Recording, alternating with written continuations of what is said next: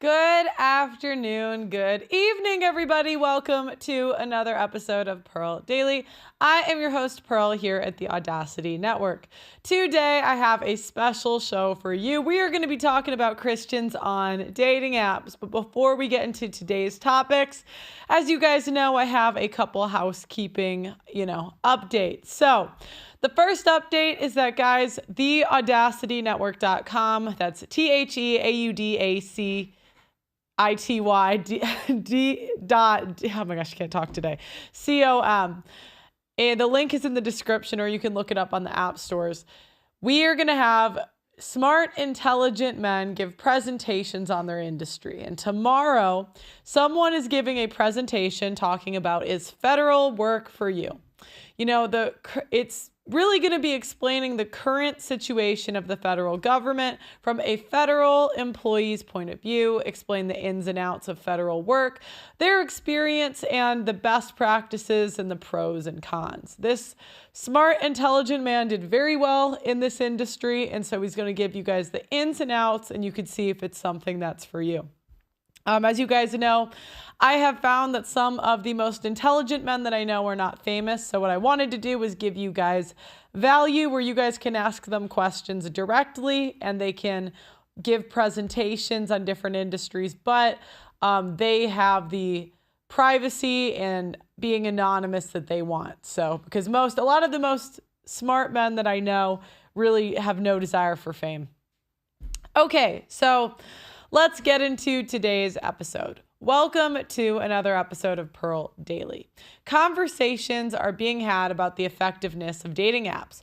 Although meeting online is still the number one way of meeting people, younger millennial and Gen Z are trying different avenues to date. While on the decline, it would still be helpful to learn how to navigate the world of online dating. What to put in your profile and how to message a woman and arrange a date offline are essential skills to learn if a man wants any success in meeting women online. But what happens if you are religious? Many Christians have not found success finding a relationship in their church, or their church doesn't foster Christian relationships with its members. This leaves many to try online dating. So, what are the issues with Christians dating online? Some argue that dating apps put Christians' mind into a consumeristic and individualistic mindset, making the Christian view people on the app as items to be swiped on instead of actual people.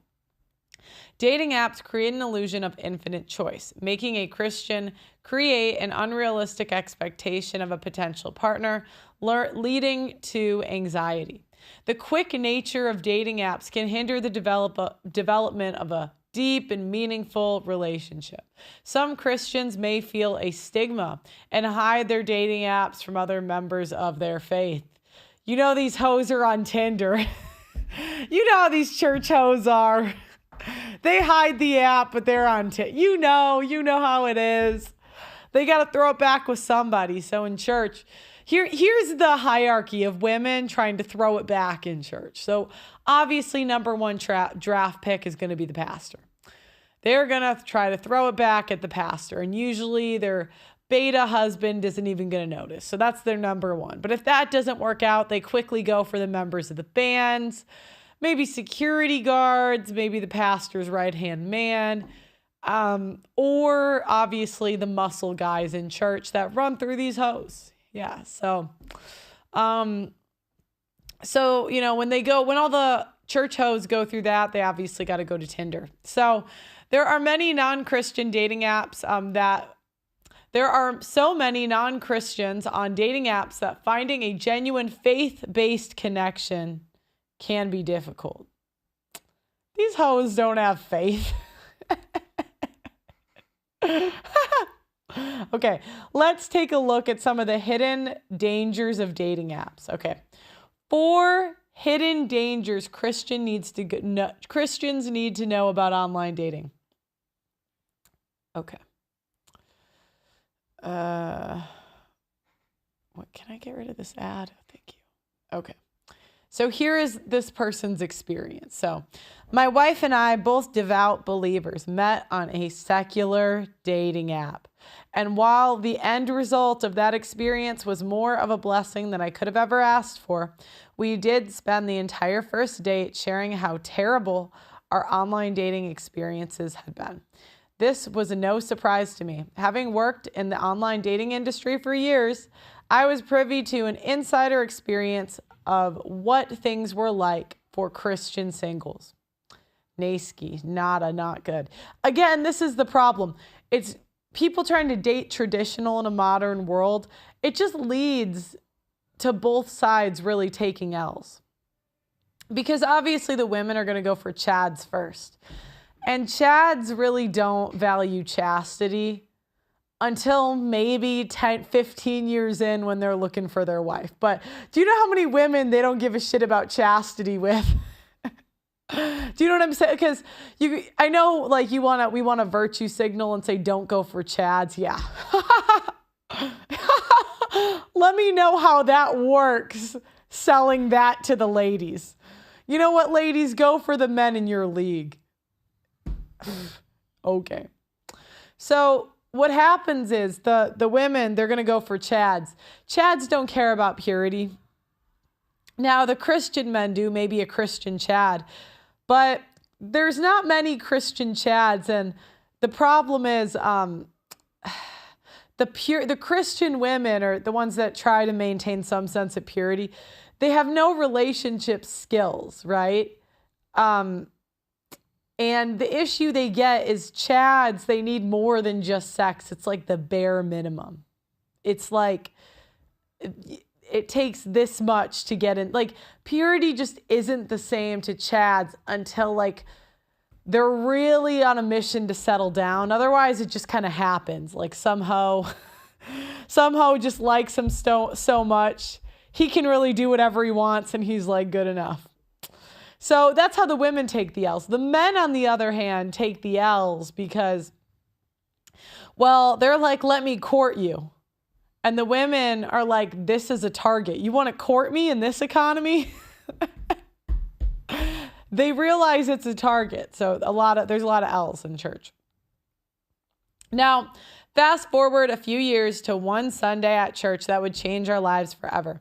Our pastor was speaking about the breakdown of the family unit across the county or the country and the negative effects it was having on the Christian community. God put it on my heart that we needed to do something to provide a safe and effective way for Christians to better connect romantically. I felt that taking what I knew about online dating and creating something Christ-centered could bring real change with the potential for generational impact. I shared this with my wife. We prayed about it for a while, and we eventually put our yes on the table. Now, you see a lot of these apps come across, right? And what happens is these Christians come in and they think that they can convince men and women to not like to make their biology go away, right? So when you get a group of women, we just always go for the hot guys. We're like the hot guys, the charming guys, whoever it is, the guy with we're pretty dumb, right? So we fall for damn near anything. You put a guy with a guitar, he can do like 3 chords, the women are in love, right? You get a guy doing comedy in the front of the room, the women are like anything. We just never leave high school. So it's like popularity forever. I mean, in the PUAs, they like mimic this, right? It's hilarious. So what they do is they teach guys, and it works on us. I'm not special or different, right? So I don't want this to come off as an I'm better than you. Obviously, it works on me too, right? I'm a woman, right? It works on everybody. So, the PUAs, they teach the men to like know the bartenders, to know everybody in a certain community so the girl thinks that he's popular. Oh, it's too funny anyway. So, all right, now you guys get this, right? Okay, so now, where am I going with this? Where am I going with this? Oh, and so the Christians, what they try to do is they try to get people to not do what people do in groups. So they're like, men, top men, please settle down. Don't run through these hoes. They're like, please don't run through these hoes. You're a pastor. Did you know half of pastors have admitted to emotional affairs at least, and a quarter like cheating? So half a pastor, if the literal men of God can't not do it when it's easy, right? Because they're in the front of the room. They can't help it. The punani is just given to them. Like, it's like on a platter. These church hoes, you know what I mean? So all these people, they think they can make an app that forgoes human nature to get the chads to stop running through, to get the women to stop going for chads. But the only solution is to figure out how to play the game and how to win in this economy, right? You know, the women, it's learning relationship skills. You could try to sell purity under 22. Maybe if he's stupid, up to 25. But you can't sell that much, right? You know? So, I mean... but if he's like dumb, then the girls won't even like him anyway. Then she'll just realize she can run circles around him. He'll just get cheated on. But he, you know, look at these things. So they all think that religion is a buffer. And you know, my boyfriend actually sent me something today that said that religious countries don't have more children. So religion is not a buffer to human nature. Christian countries do not have the most children. Really, people just have kids when they have to, because whenever we get money, people are like, I should preface, women are like, we're completely in charge.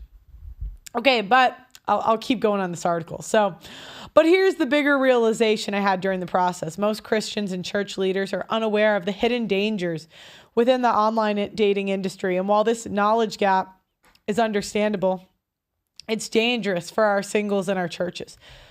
While with 96% of pastors being married and that trend continuing throughout much of church leadership, it makes sense that knowledge and experience in these new forms of digital dating may be scarce. But with millions of Christian singles in the U.S. expected to use online dating app this year, church leaders simply cannot choose to ignore the needs of the singles in their congregation.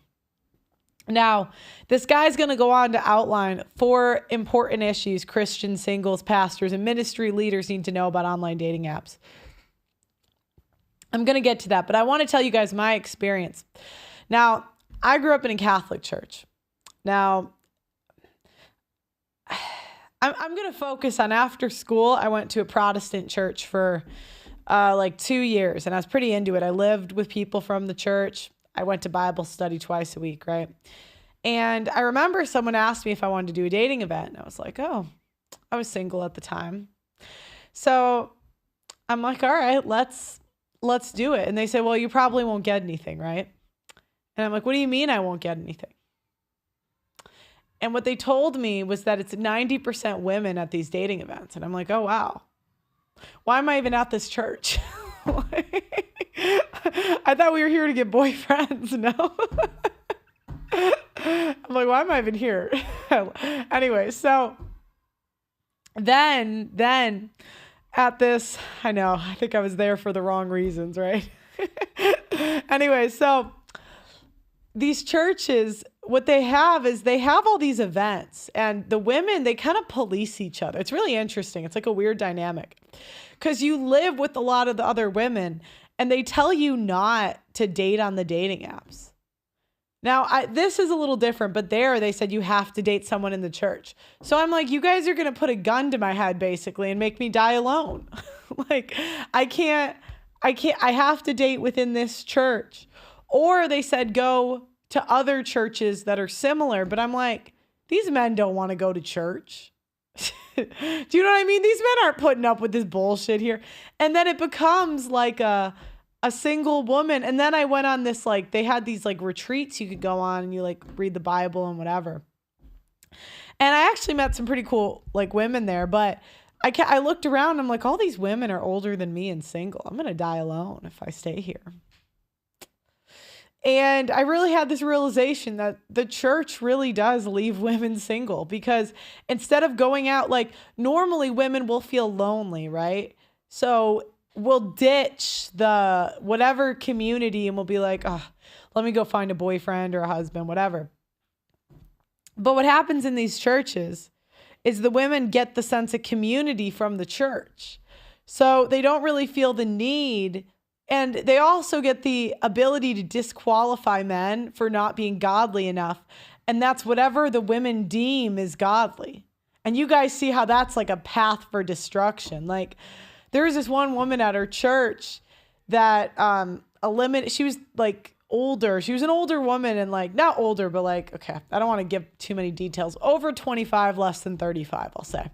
And she was a virgin, right? Or allegedly. I mean, who knows? And she eliminated a guy for not being godly because he tried to sleep with her. I'm like, bitch, you're not no spring chicken. Like, what did you think was gonna, do you know what I mean? Like, that's not gonna work now. Do you know what I mean? And they also shame the male sex drive. So, I mean, we all know, like, part of being a man is you guys just want to have sex with everything. It's terrible. I mean, not terrible. Sorry. I just did it. But like, it's very humbling as a woman because there's nothing like new vagina to a man. Like you could be a 10 out of 10 and he would just rather have sex with the new one. It's just like, you can't compete with it. Do you know what I mean? Like, it's the worst because really after a certain time, like guys get sick of sleeping with you, after 2 years? I mean, that's like enough, right? If you got a good gluck, maybe 3. But like, he's still going to want to sleep with that new woman more. And that's why I got to thank the corn stars out there. Thank you, ladies, because I feel like you guys prevent cheating because they can just look at you. Right? Anyways, so these churches, they really do leave women single. They really do. Because they allow women to feel holier than thou because all they have to do is put on a Jesus necklace and read the Bible, and then you can think you're a good person.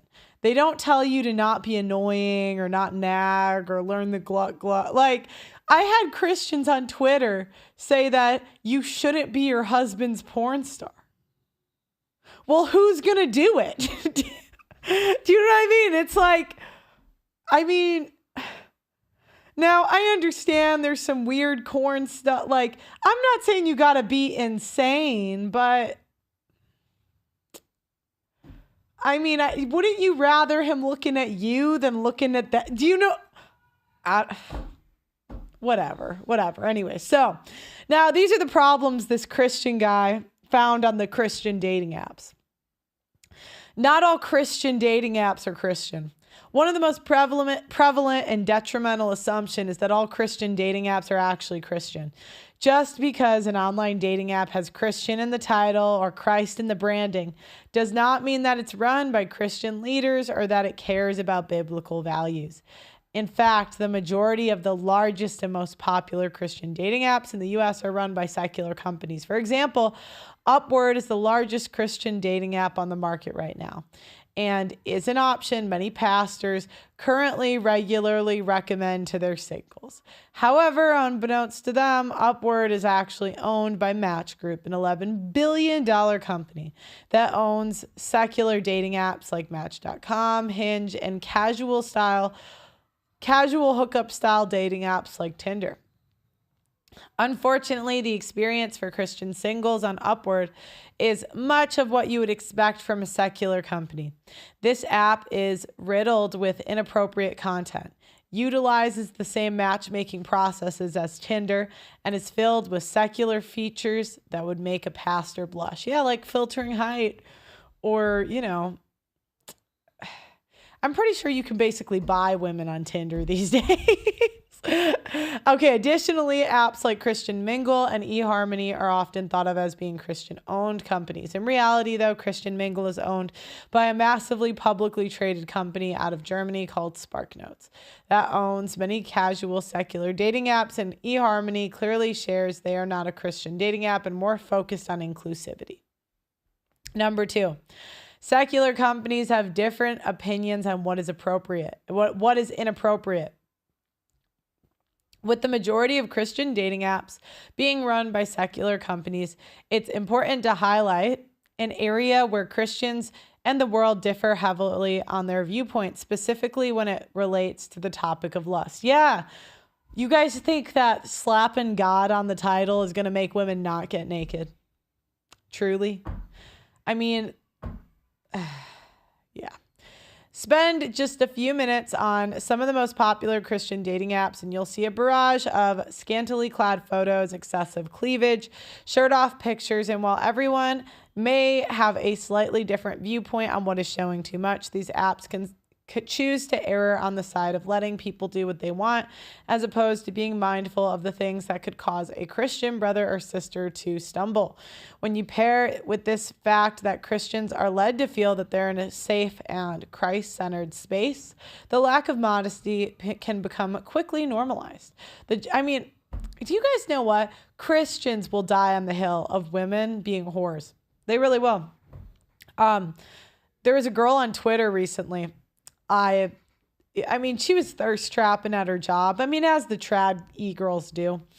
And I just pointed it out. And you know what? All of the Christians yelled at me for pointing it out. This is what you're dealing with. Now, the number 3 is romance scams are real and Christian singles are the highest value target. The last major blind spot church and ministry leaders need to know about are the very real dangers of romance scams.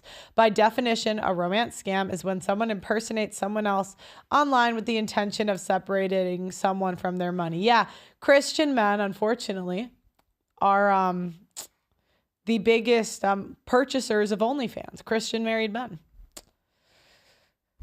Even God can't stop these men from wanting to be with multiple women. It's so unfortunate. Do you know what I mean? You could be so hot as a woman and there's just nothing you can do. Nothing. There are horror stories you see that simply break your heart. Christian singles are prime targets for scammers because they tend to be kind, giving, and empathetic, even with strangers. Scammers know and therefore target Christian singles both online and in person much more. Number 4, the act of swiping profiles is creating an addictive behavior for women. How many swipes do you really get as a guy? There is a lot of research showing that swipe dating is causing serious mental health problems for singles. On average, users scroll through 20 hours per week. Wow, I save a lot of time being in a relationship. 20 hours. Okay. Which builds an addictive dopamine loop like drugs, alcohol, and gambling addictions. People join these apps, start swiping. When they get their first match, it fires a high-level dopamine rush to the brain. From there, people keep swiping to chase that high, but there are a lot of reasons why they'll never achieve that feeling. The problem is so bad that people are experiencing withdrawal symptoms, like twitching fingers when they don't use the apps. Wow. Is it that bad out there? Dang. Okay. If an online app truly has Christian values, they should take on added responsibility to protect their users. Unfortunately, that is often overlooked for a couple of reasons. First, most secular dating apps don't take additional security steps because it's too expensive or takes too many resources to implement. Secondly, the secular apps aren't aware of the increased risk and therefore aren't even aware of the magnitude of the problem. The latter tends to be the case with smaller Christian dating apps that may have their hearts in the right place but lack the industry knowledge to properly deliver a safe experience. The question becomes, should singles even take a chance with online dating? Okay, what's the downside? You might as well try it. I'm not saying it'll work, but all right. Churches have learned to leverage technology in so many ways to better serve God's people. In the right context, online dating can be an incredible way to help build relationships that are truly Christ-centered. But for that to be the case, 2 things need to change. First, Christian singles need to start using dating apps that are built on biblical principles. Single ministry leaders and pastors need to help steer singles to platforms that are Christian-led and that take a provocative approach to both physical and spiritual safety of its users. So again, this is them saying, use God to get women to stop being whores, right? Have you guys dealt with a Christian woman? How has that gone for you? Have they been of higher quality? When I start hearing the men saying the Christian women are of higher quality in great droves, when the men say the best way to find a wife is church, when I start seeing that, maybe I'll believe it. But as of now, I don't see any evidence that there's like a buffer. Okay. Secondly, we need to do a better job as a church in educating singles about the hidden dangers of online dating. With simple education and knowledge, Christian singles can be made more aware of potential risks of online dating and how to avoid any situations that could be harmful to others. Okay. So if you guys have a question, comment, or concern, make sure you either super chat or you go to the website and you get unlimited super chats there. It's on the App Store. You just download the app, get the monthly or yearly membership, and then, and then you just put Pearl Read. Okay. You are once again dead on. Love it. So sick of the simp world and all of its expectations. I'm a Christian and would not touch Christianity 304 with a 10-foot pole. I know it's even worse because at least you guys have the luxury of not knowing what your girls did in the past. I know you all think you know, but you'll never really know, right? We have way too much incentive to lie. And so at least this way, if I'm being honest, you can at least live in peace. Like, when you guys cheat and you cheat and we don't know, and at least we're happy and you guys cheat in peace and the women hide their dirt in peace. But the Christian guys have to have the women talk about being whores in the form of testimony. Oh, how do you guys get suckered into this? So they have to give a testimony about being a whore. So yeah. Anyways. That's even worse. At least the secular men don't have to go through a humiliation ritual. All for a girl with a Jesus cross necklace. Did you have a boxing match with Destiny? No, I didn't. Let's see. I have come to believe that faith alone theology leads to the popularization of the cremation of care. Joel says, I was also raised in the Catholic schools. My wife is Anglican and she knows I don't care about her religion because I have been beasted by the beast. Okay. Curveball said, I have never wanted to risk getting an STD from an ugly skank. Am I the only one? Have you guys risked it? I've seen a lot. All right. Doug MPA says Mormon girls are the biggest whores when they get away from their families, and most of them want to rebel by sleeping with a black guy. Don't ask me how I know. I'm happy for you, Doug MPA. Okay. Let me look on the other place. Okay. So now we're going back. Here's a Christian couple talking about their experience on dating apps. So let's go here. All right. So she's got the hoop earrings. So I wouldn't put the former hoe past pastor. What do you guys think? Former hoe or no? My name is Sam. I'm Sadie. So in today's video, we're going to talk about if dating apps are a good idea for Christians. I'm going to give my nightmare stories. If dating apps are a good idea, which dating apps should you choose? Okay, so I never use dating apps personally, so I spent my time in preparing for this video looking at statistics. And looked at numbers. What I found was in 2022 there was a study done, and out of all the dating apps, out of everyone that uses the dating apps, only 12% of the people on the apps actually find love and get married to the people. And that wasn't a study for the Christian. Well, people aren't really getting married altogether. Do you know what I mean? This guy is softer than her.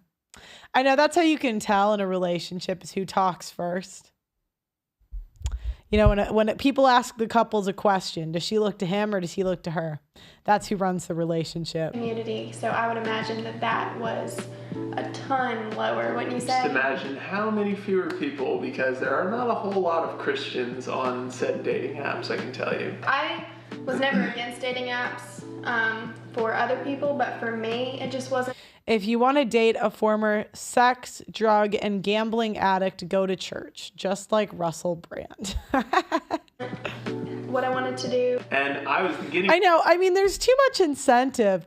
Like, all you have to do is dunk your head in water and then you're free of everything bad you've ever done. And nobody can judge you for it. And if they do judge you for it, they're not real Christians. I mean, that sounds like an awesome place. I can literally do anything and they have to like me. Pig, so I will tell you guys a little bit about my own nightmare experience on these dating apps. So probably when I think of horror stories on... Jacob, the bigger the hoop, the bigger the hoe. Well, she doesn't have too big of a hoop. Dating apps, I think of one specific example. So that one example involved me meeting someone and they claimed to be a Christian. And so, we talk a little bit, then we ended up planning to go to the beach and They said the biggest red flag in a woman is finding God late in life. When is too late? When is it too late for a woman to find God? Could you make a poll in the chat? Is it too late at, let's do 20? Is that too late? Let's do 25. Let's do 30 and 35 plus. Just gonna walk and talk and just kind of get to know each other that way. And so we ended up walking down the beach for probably about, a mile or... Joel says he's a simp. Well, but this is the archetype, right? Like a guy like this, let's say this girl threw it back in college, which she's cute enough. I mean, do you guys really was she really a virgin? She did nothing. I don't really, I'd have to see what age they got married, but I'm going to be the cynic. He's not going to be smart enough to figure that out in general, my opinion. So, and Doug MPA says the final stop on the horror train is church. Seemed like things were going okay. Then she starts cussing. And for those of you in the north, she starts cursing. And so we're walking down the beach and I'm already like, oh dear, this is not good. This person already is not who... Wait, not find love. I said God. Yeah, God. They represented themselves to be. And then I start talking about God. And, this person, she's got kind of these like vague views about God. And I kind of more and more, the more questions that I ask, the more I'm like, this girl doesn't really believe the kind of things that I believe. And then I start mentioning Jesus, not just kind of like this vague, like God. And then she starts talking about, because I asked her, what kind of relationship do you have with God? What kind of relationship do you have with Jesus?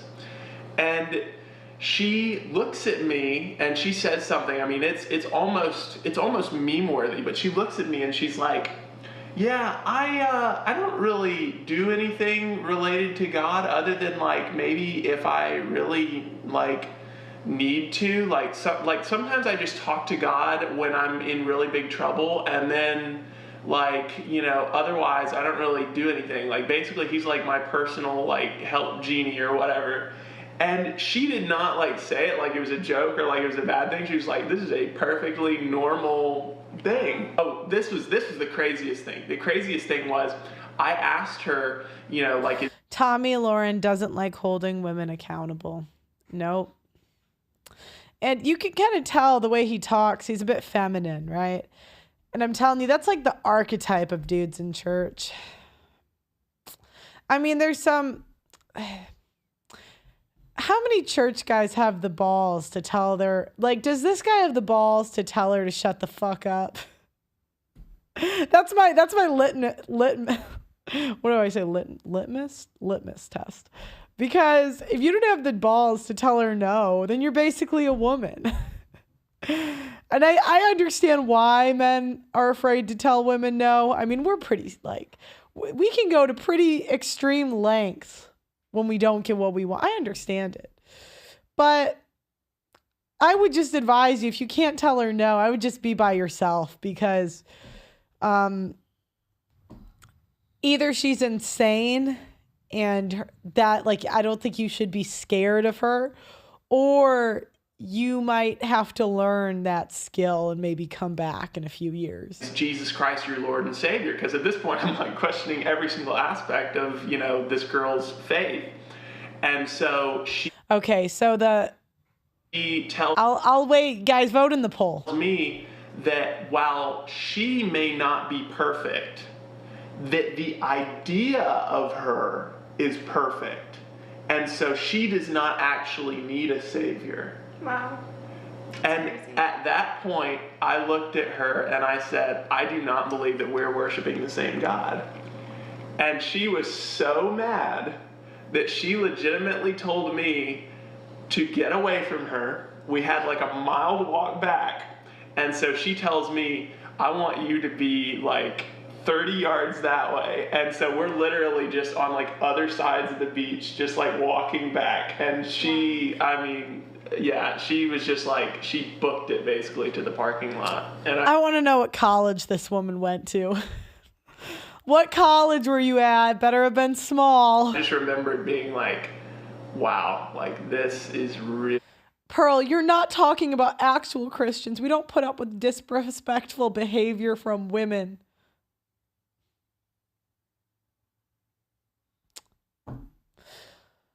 See, this is what you guys do.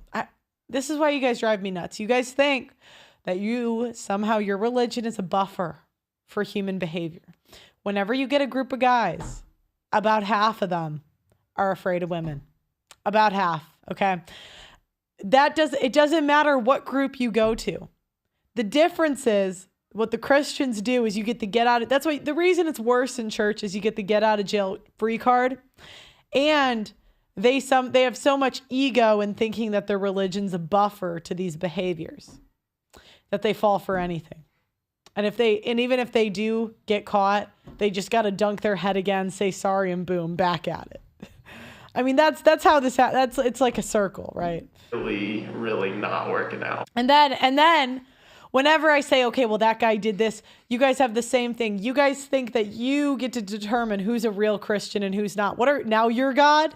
Now you're Jesus Christ himself? Now it's you?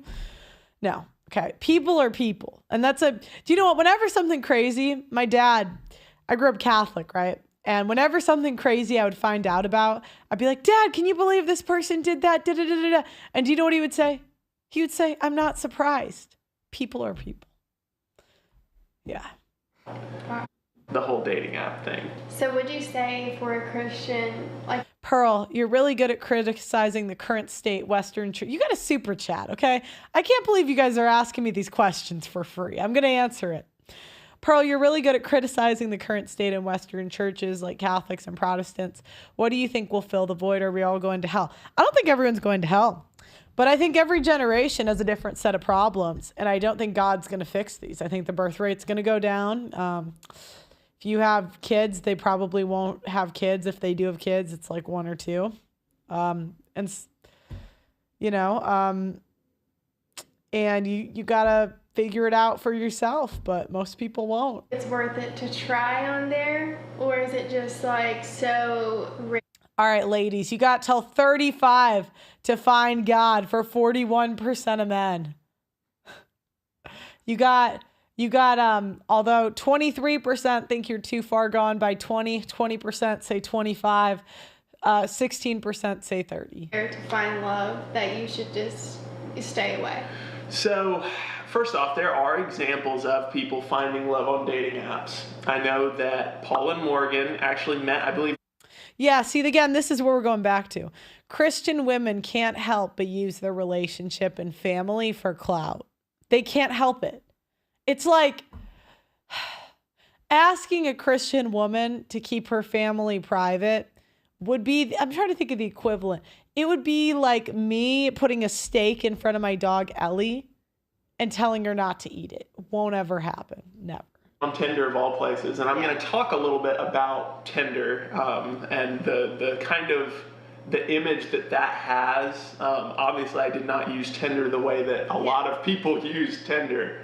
And then Nate and Sutton also. Yeah, and then Nate and Sutton kind of indirectly met on there. In order to really answer your question, first we need to talk about the dangers of these dating apps before you can actually get into, which dating apps or, if any dating apps at all are worth your time. For me, I feel like using dating apps, you kind of get very... Now, is she hot enough? I guess she's got the long hair, good enough face.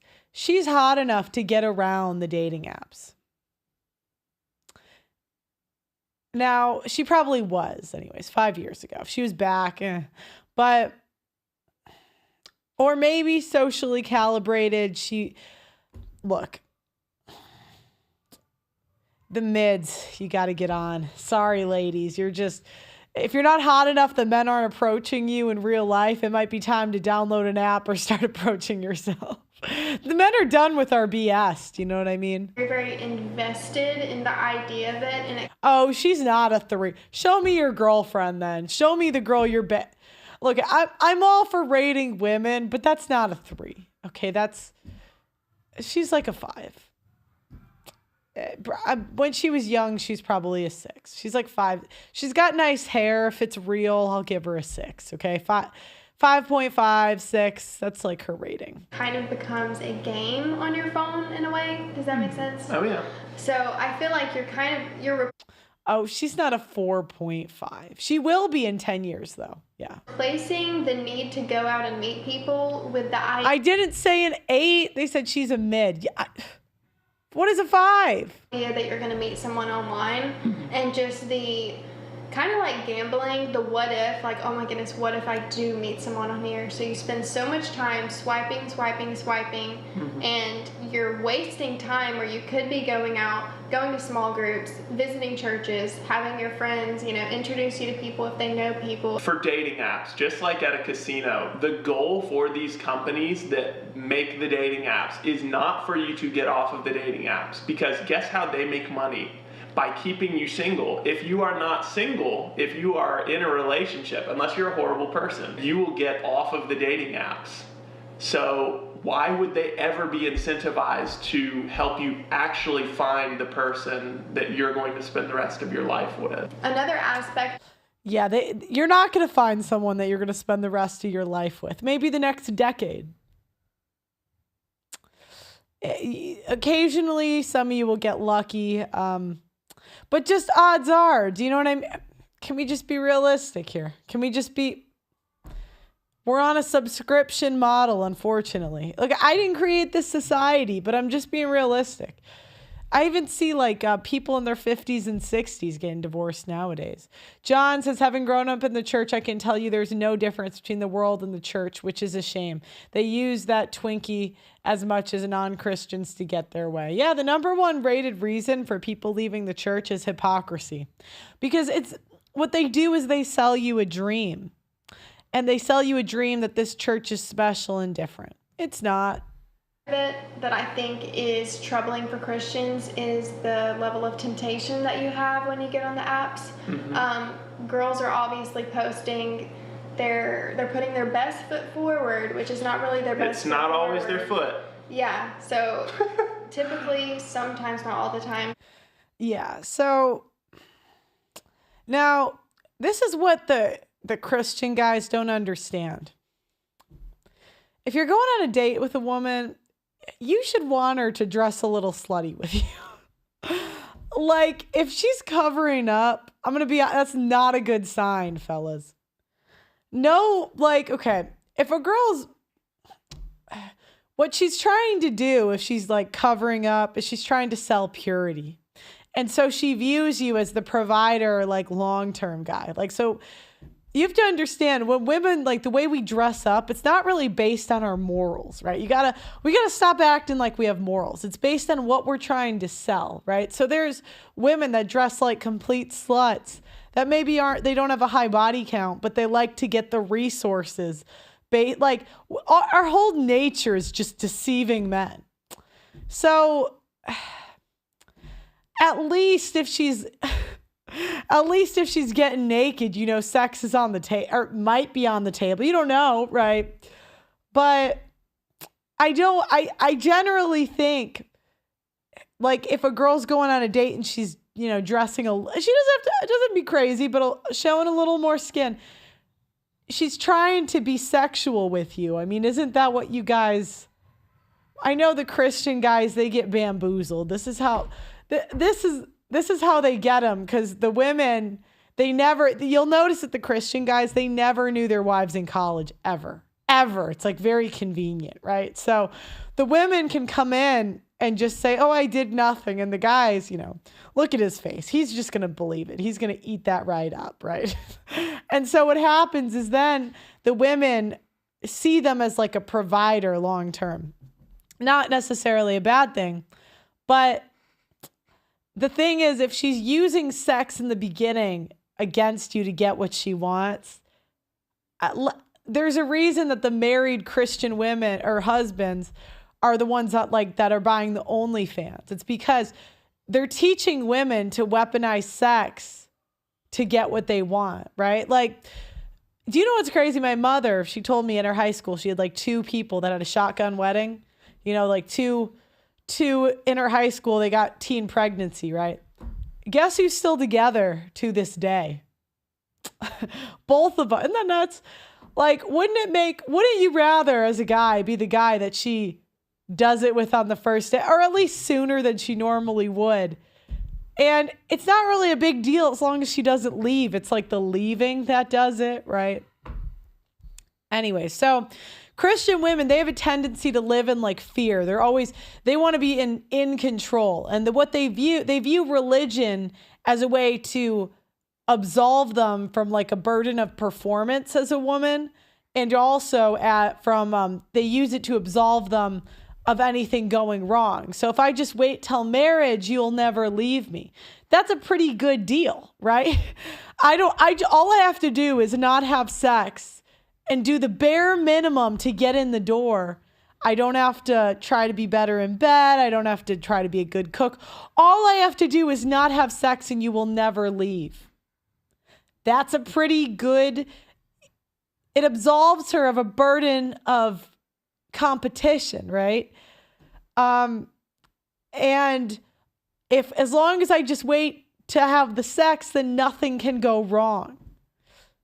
And so a lot of conservative women, what you get is they're very like in fear of what could go wrong, and they're very controlling. Now, liberal women, the reason I go in so hard on the conservative, I just know them really well. This is what I grew up around. Now, liberal women have their own set of problems, but I don't really hang out with them too much. Girls will post themselves in very immodest clothing, and guys will, do the same. They'll be shirtless on the beach with a beer in their hand or something. Pearl Reed, I was raised in a Plymouth church, or Plymouth Brethren church, where women didn't speak during the service and wore mostly head coverings. And yet I still saw a woman divorce her husband for an old guy. It's nobody likes the uncomfortable truth of the burden of performance, right? And the uncomfortable truth is that women, we're going to get old and ugly, and the men are going to want to have sex with the young women, and you're going to have to figure out how to keep him from doing that for a lifetime. And if he can get away with it, he's probably going to do it. That's an uncomfortable truth, where you have to be so nice to him that he doesn't wander. On the other hand, men, the burden of performance is if she can do better, she's going to do it. So you got to figure out how to be the best that she can do. Nobody likes these burdens of performance, right? They kind of suck. So we both try to kind of get out of it. Right? Where the men, they're like, I want this virgin wife who will just never leave. If she's just a virgin and young, she'll never leave me. Boy, they'll do the same shit. Same shit, different day, right? Where the women will say, well, if I just get this nice church guy, then I'll be in love with him forever. And that's what they do. We do our rationalization, where we convince ourselves we love him. And we might for a little bit, the way we like feel at the time. But then, we think the Jesus cross posting is good enough instead of being a good wife. She says, I bet she'll have a list for him. Anyways, I'll read this. Let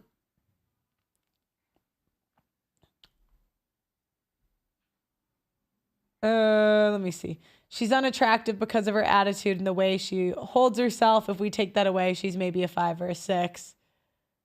Because she's boring, they're saying. Okay, let's see what else we got.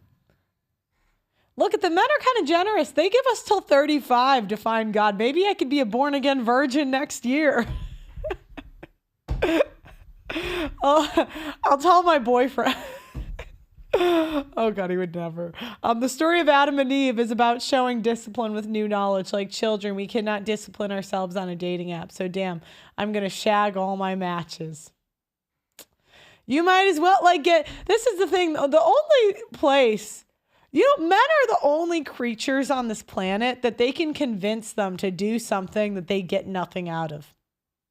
Like men are the ones who will take a job that they get nothing out of. Women, we'll quit that job tomorrow and go follow our passion, right? We'll just be like, even me, I was in a sales job and I said, no, I'm going to be a YouTuber. And somehow it worked out. I don't know how, but it really did. Women, don't follow my path. It probably won't for you. But if you want to learn how to do it, I do have it behind my paywall on my website. It's going to be everything you need to know about doing it is on there. But, anyways, men with marriage, they'll get a wife that looks like this, and yeah, she's cute, and they'll get sex once a month, sometimes less. They'll get one kid that hates them because the mom's always in her ear, and they're like, this is enough for me. But they don't ever think, I don't know what it is. Men are just better creatures. And they have this duty thing. I get it, but sometimes I wish they had less of that because they create, it's not really their fault to be fair, but it adds to the problem, right? And it just doesn't give the best impression, but I think that it kind of opens up a level of temptation, in my opinion, because you're able to look at people all day. Mm-hmm. Less than once a month. Yeah, I talked to guys that would get it once a year. Some want multiple years. And they didn't even cheat. It's at that point, you might as well start cheating. You're able to look at what they look like. You're able to meet up with them if you want to just dip your toe in the water. Mm-hmm. And I just think that is something, if you're struggling with that on dating apps, flee from that. Get away from that. God is not going to bless you, I don't think, if you're doing that. The Bible literally tells us that if Satan literally were to show up at your driveway, basically if he was to show up anywhere, that you're supposed to stand strong, that you're supposed to stand in the armor of God, that you're supposed to face him. But when the Bible talks about sexual temptation, it says flee. It says literally run away from there, because our bodies, we were designed for sexual attraction, and only in the context of marriage. And so when you see girls on a dating app, or if you're a woman, if you see guys on a dating app and you struggle with pornography, like I used to struggle with pornography, that kind of thing, it's like a gateway, even if you've never had that. Yeah, so here's the problem. So how does a guy have leverage? Now she's got 100% control of sex. If she's being a bitch, he has to appease her because he can't even go watch porn. He can't even, it's they just want men to take L's. Then the other thing is they say that sexual attraction isn't important.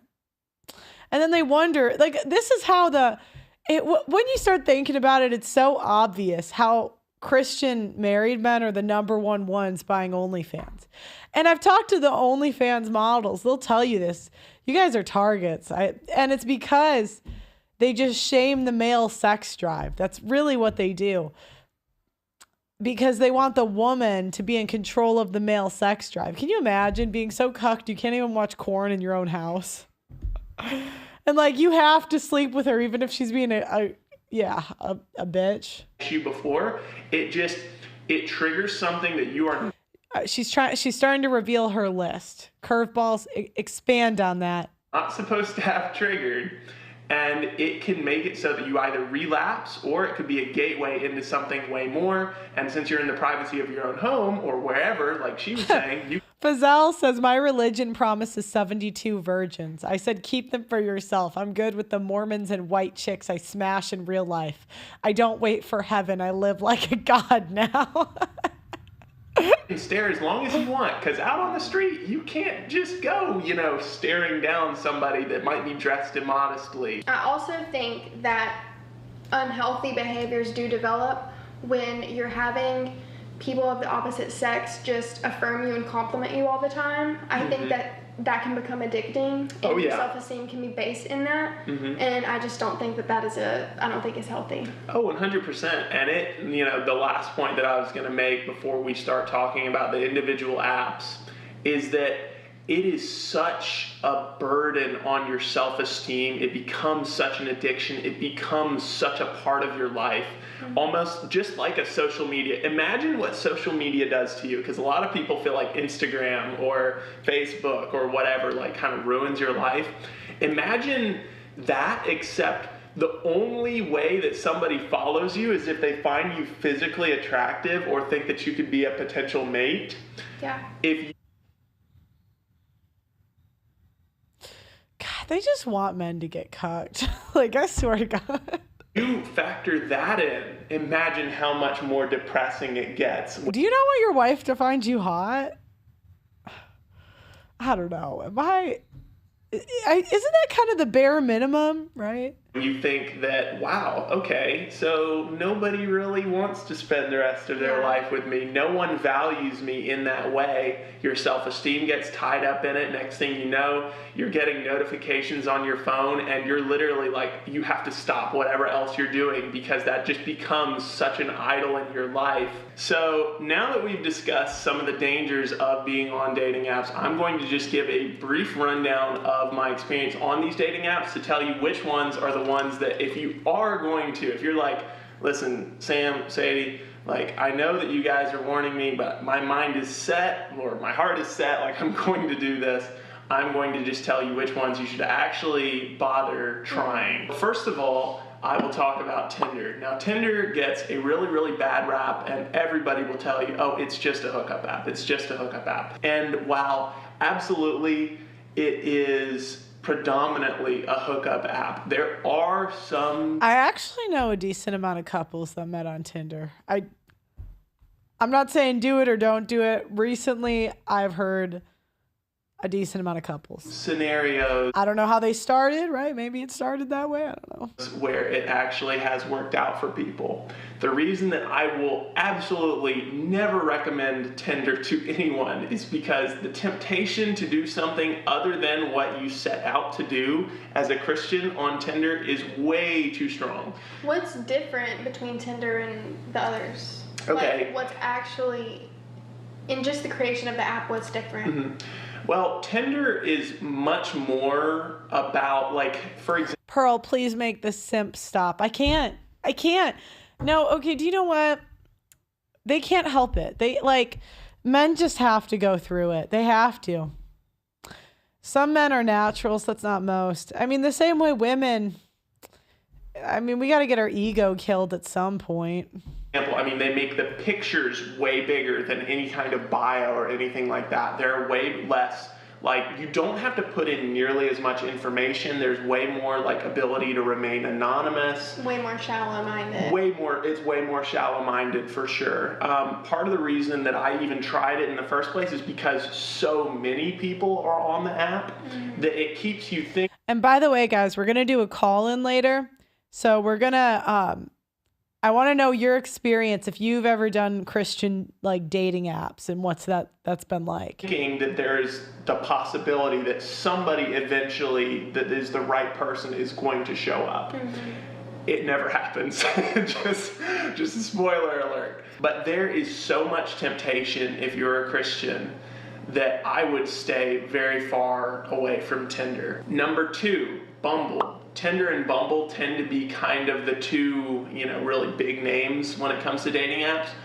Bumble is a lot better than Tinder as far as people that are actually serious about finding a relationship, I think. Typically, from what I have found, at least from the men's perspective, is they're usually more like mid-20s kind of women that already kind of have a career figured out, that are trying to kind of settle down.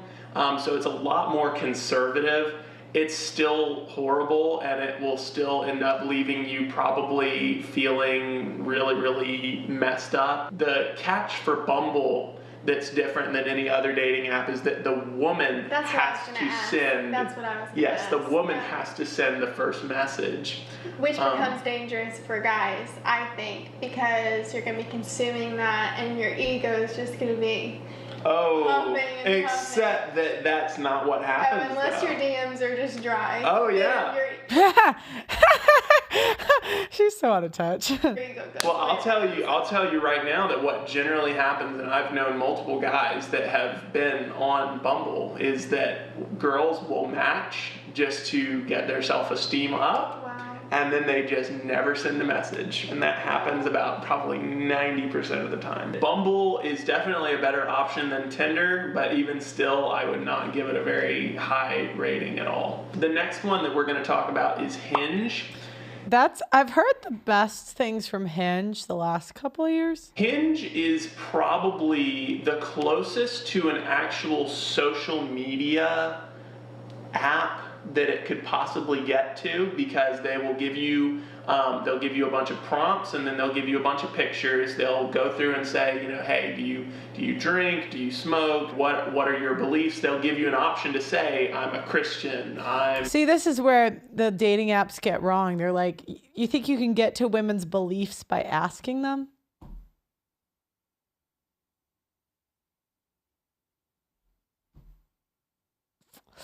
You don't understand women.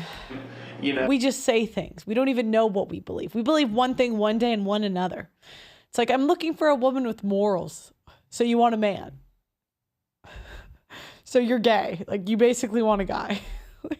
I'm Buddhist, I'm whatever. So you can really know what you're getting yourself into. Now I have to think about this, okay?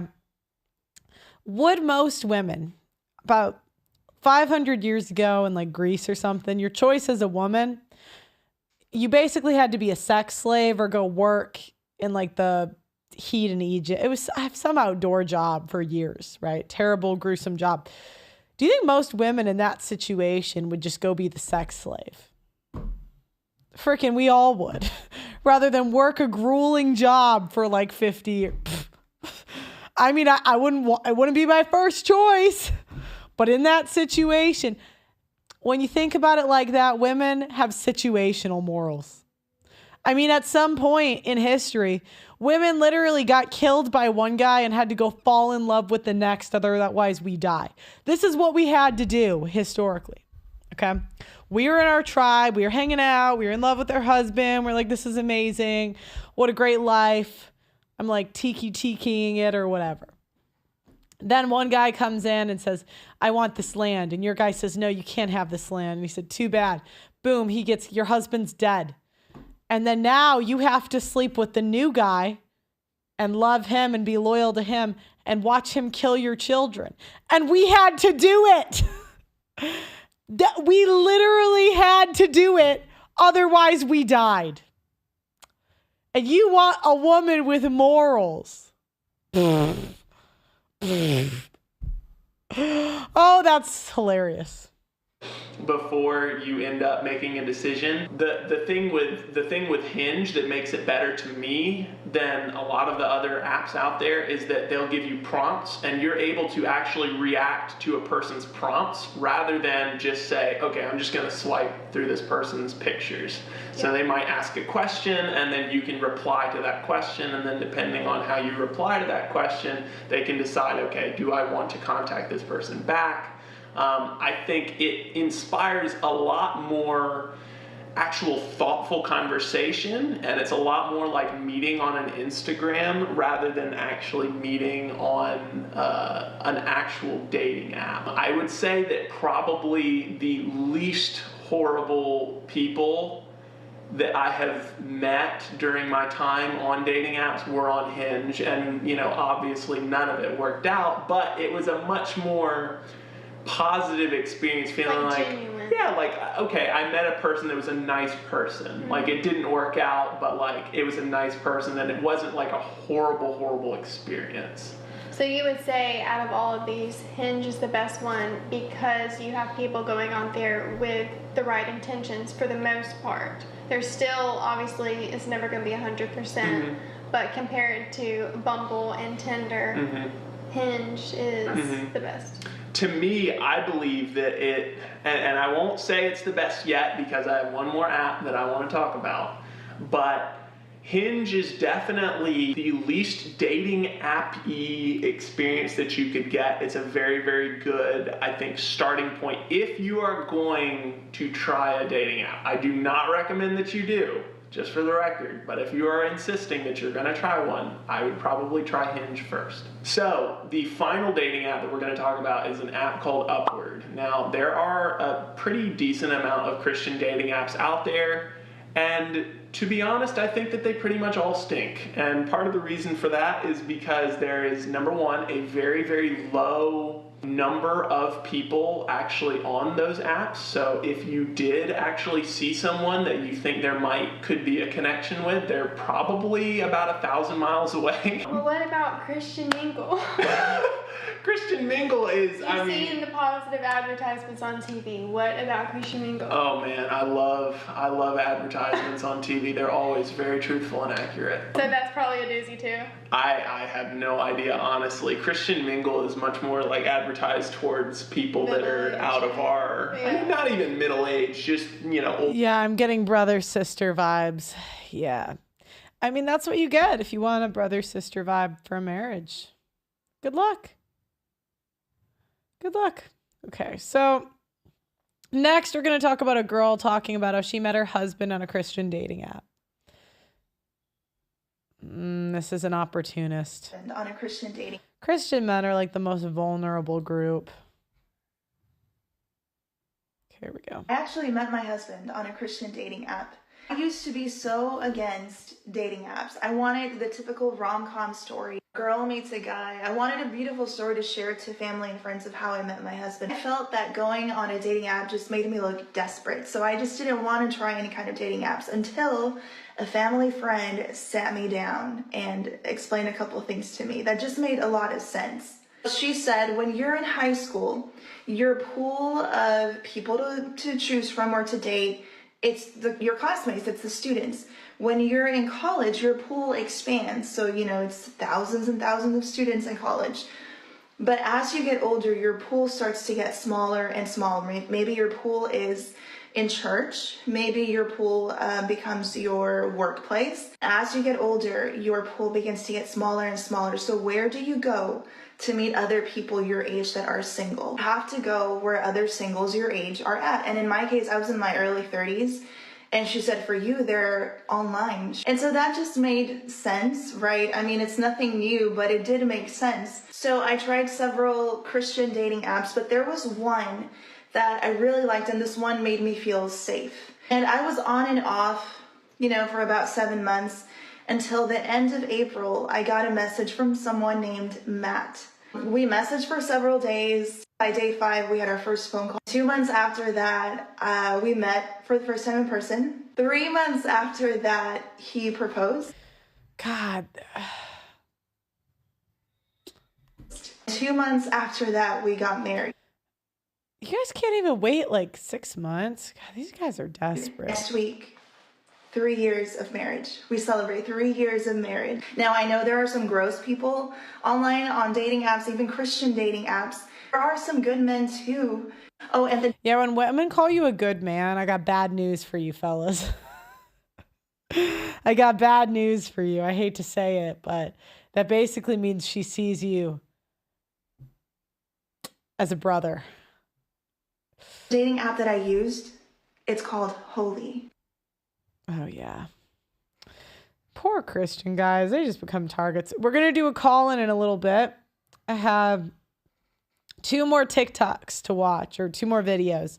So then after that, we're going to do a call in. I want you to think about before getting on the dating apps. Number 1. Wait, hold up. Let me. 5 things I want you to think about before getting on the dating apps. Number 1, you still in a place or a season where you are surrounded by singles, opportunities to meet people. So easy to want to get on the dating apps because we're lonely. In a season where you're 22 and you're surrounded by all these people at your church or where you're going about, you don't need a dating app. The point of the dating app is to find people because you're in an environment where there's no longer people to date. Get plugged into a church, find a hobby where you know young adults are, and chase after it. Number 2, if you got rejected by the boy you went on the date with from the apps, would your worth be shattered? Do not get on the apps until you are secure enough in who the Lord says about you, so that even if this boy is like, I don't want to date you again, you're not swayed, not affected, because your worth is not going up and down based on what he thinks about you. Number 3, invite your closest people in. Invite community in and ask them to speak in. You are not smart when it comes to wanting to date someone. They might be able to point out blind spots that you're not aware of. Ask people to say, am I spiritually, emotionally, and mentally able to handle the apps? Trust their wisdom. Yeah, okay. So you got a woman trying to date like a teenager as an adult. When you bring in the community and stuff, that's cool if you're below. You guys got till the end of college to do that. But after then, you got to think for yourself, date for your... I mean, you can do what you want.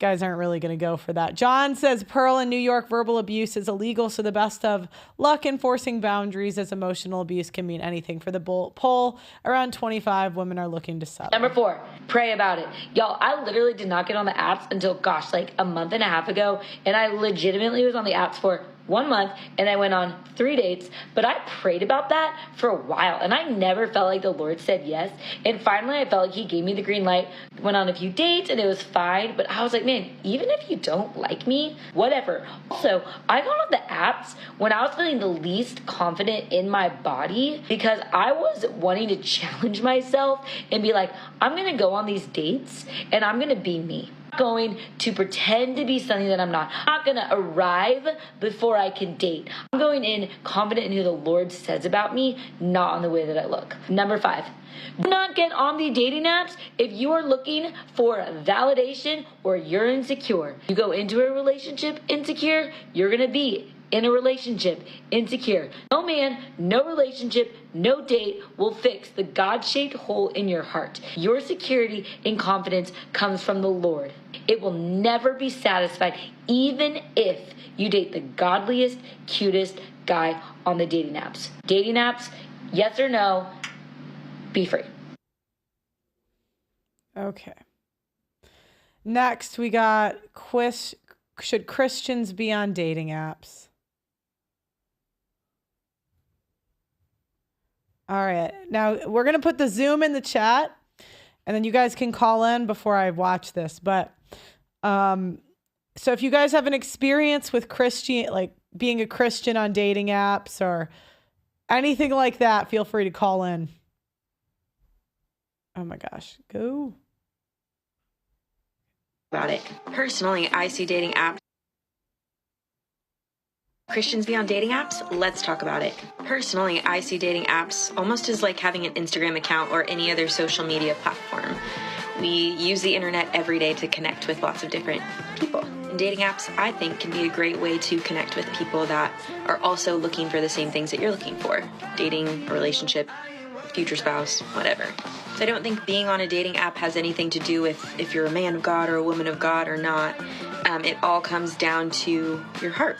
Ultimately, we should be inviting the Holy Spirit into our dating process and asking ourselves, okay, am I on this app because I'm bored, because I'm lonely, to fill a void, to pass the time? But if not, and you're genuinely just wanting to find your person, then I think dating apps could be a great tool. I've heard so many success stories of amazing, godly couples that have connected through a dating app.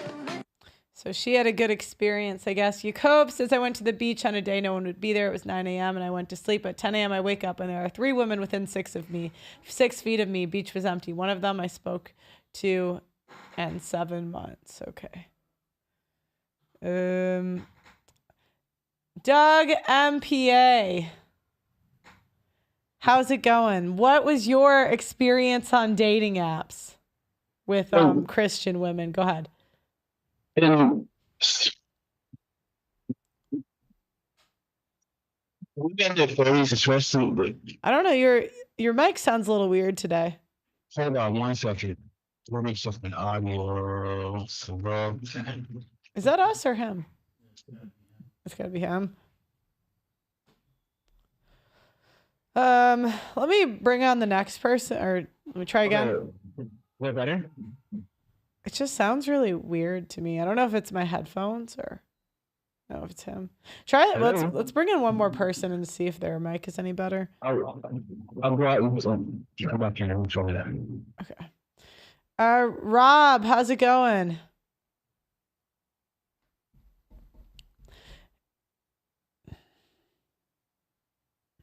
And we can put him on screen. If you guys don't want to be on screen today, then call into a different show. I don't know what to tell you. Also, guys, please get to the point with your stories. Please don't draw on for like 10 minutes. Like, just, I try to be I'm trying to be accommodating here, but, I like when we get to it, Okay. It seems like Rob's having issues. Just go to the next one. And then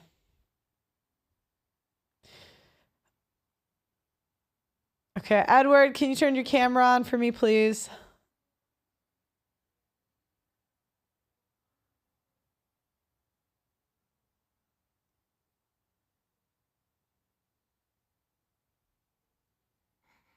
I guess not. We'll move on to the next one. Try Doug MPA again.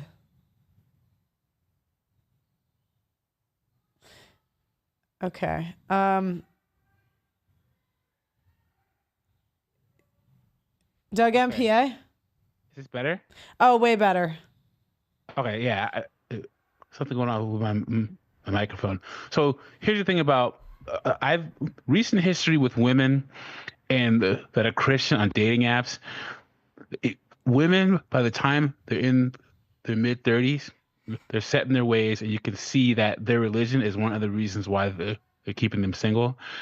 I met this Orthodox Christian Ethiopian girl. She was born in America, but she's culturally Ethiopian. And she was, now guys, I'm in my mid 40s, okay? She was in her mid 30s, like 35, and she went to church on Thursdays, Saturdays, Sundays, and went to Bible study on Monday, right? Now she's 35, had some BS degree in something that wasn't going to make her any money, and she fully expected to find a man to let her stay at home with children at 35. And then she expected the man to join her church because it was very important to her. So the man she was with would have to join her church, and she's 35, and put her in a position to stay home and raise children. First off, I don't have any kids. I don't want them, so we were automatically not compatible. But that's the experience of a lot of super religious women in their 30s. They have this expectation that you have to join their church, their religion, and the way that they see this whole God thing. Well, it's super crazy because it's like Christian women don't think they have to do any work other than go to church. So she didn't have to get married and have kids to be a religious woman. She just had to show up to church and read her Bible. Like, that's kind of the bare minimum. Do you know what I mean? That's not, yeah, because it's not overly difficult to do. Yeah, I asked her that. I said, if you're so dedicated to your church, how are you single? What'd she say? She had no answer. No real answer. I had to travel, I had school, all this stuff, but it's just like, now you value, I don't know. She didn't have a good answer for him, but she's holding every man she meets now to this high standard. Yeah. They always think they can get what they could have got when they were 20. Could you bring Dustin in? Let's see what he has to say. And then, I've been Black on this planet for over 40 years. In the Black community, a lot of Black women are married to Jesus, Jesus is their man, and no man in real life will ever measure up to him. Brutal. Sad. Hey, Dustin, would you mind putting the phone down so we can get maybe sit at a desk or something? Oh, yeah. Yeah, sorry. It's all right. Yeah. Just makes the content a little better. Yeah. So, are you a Christian?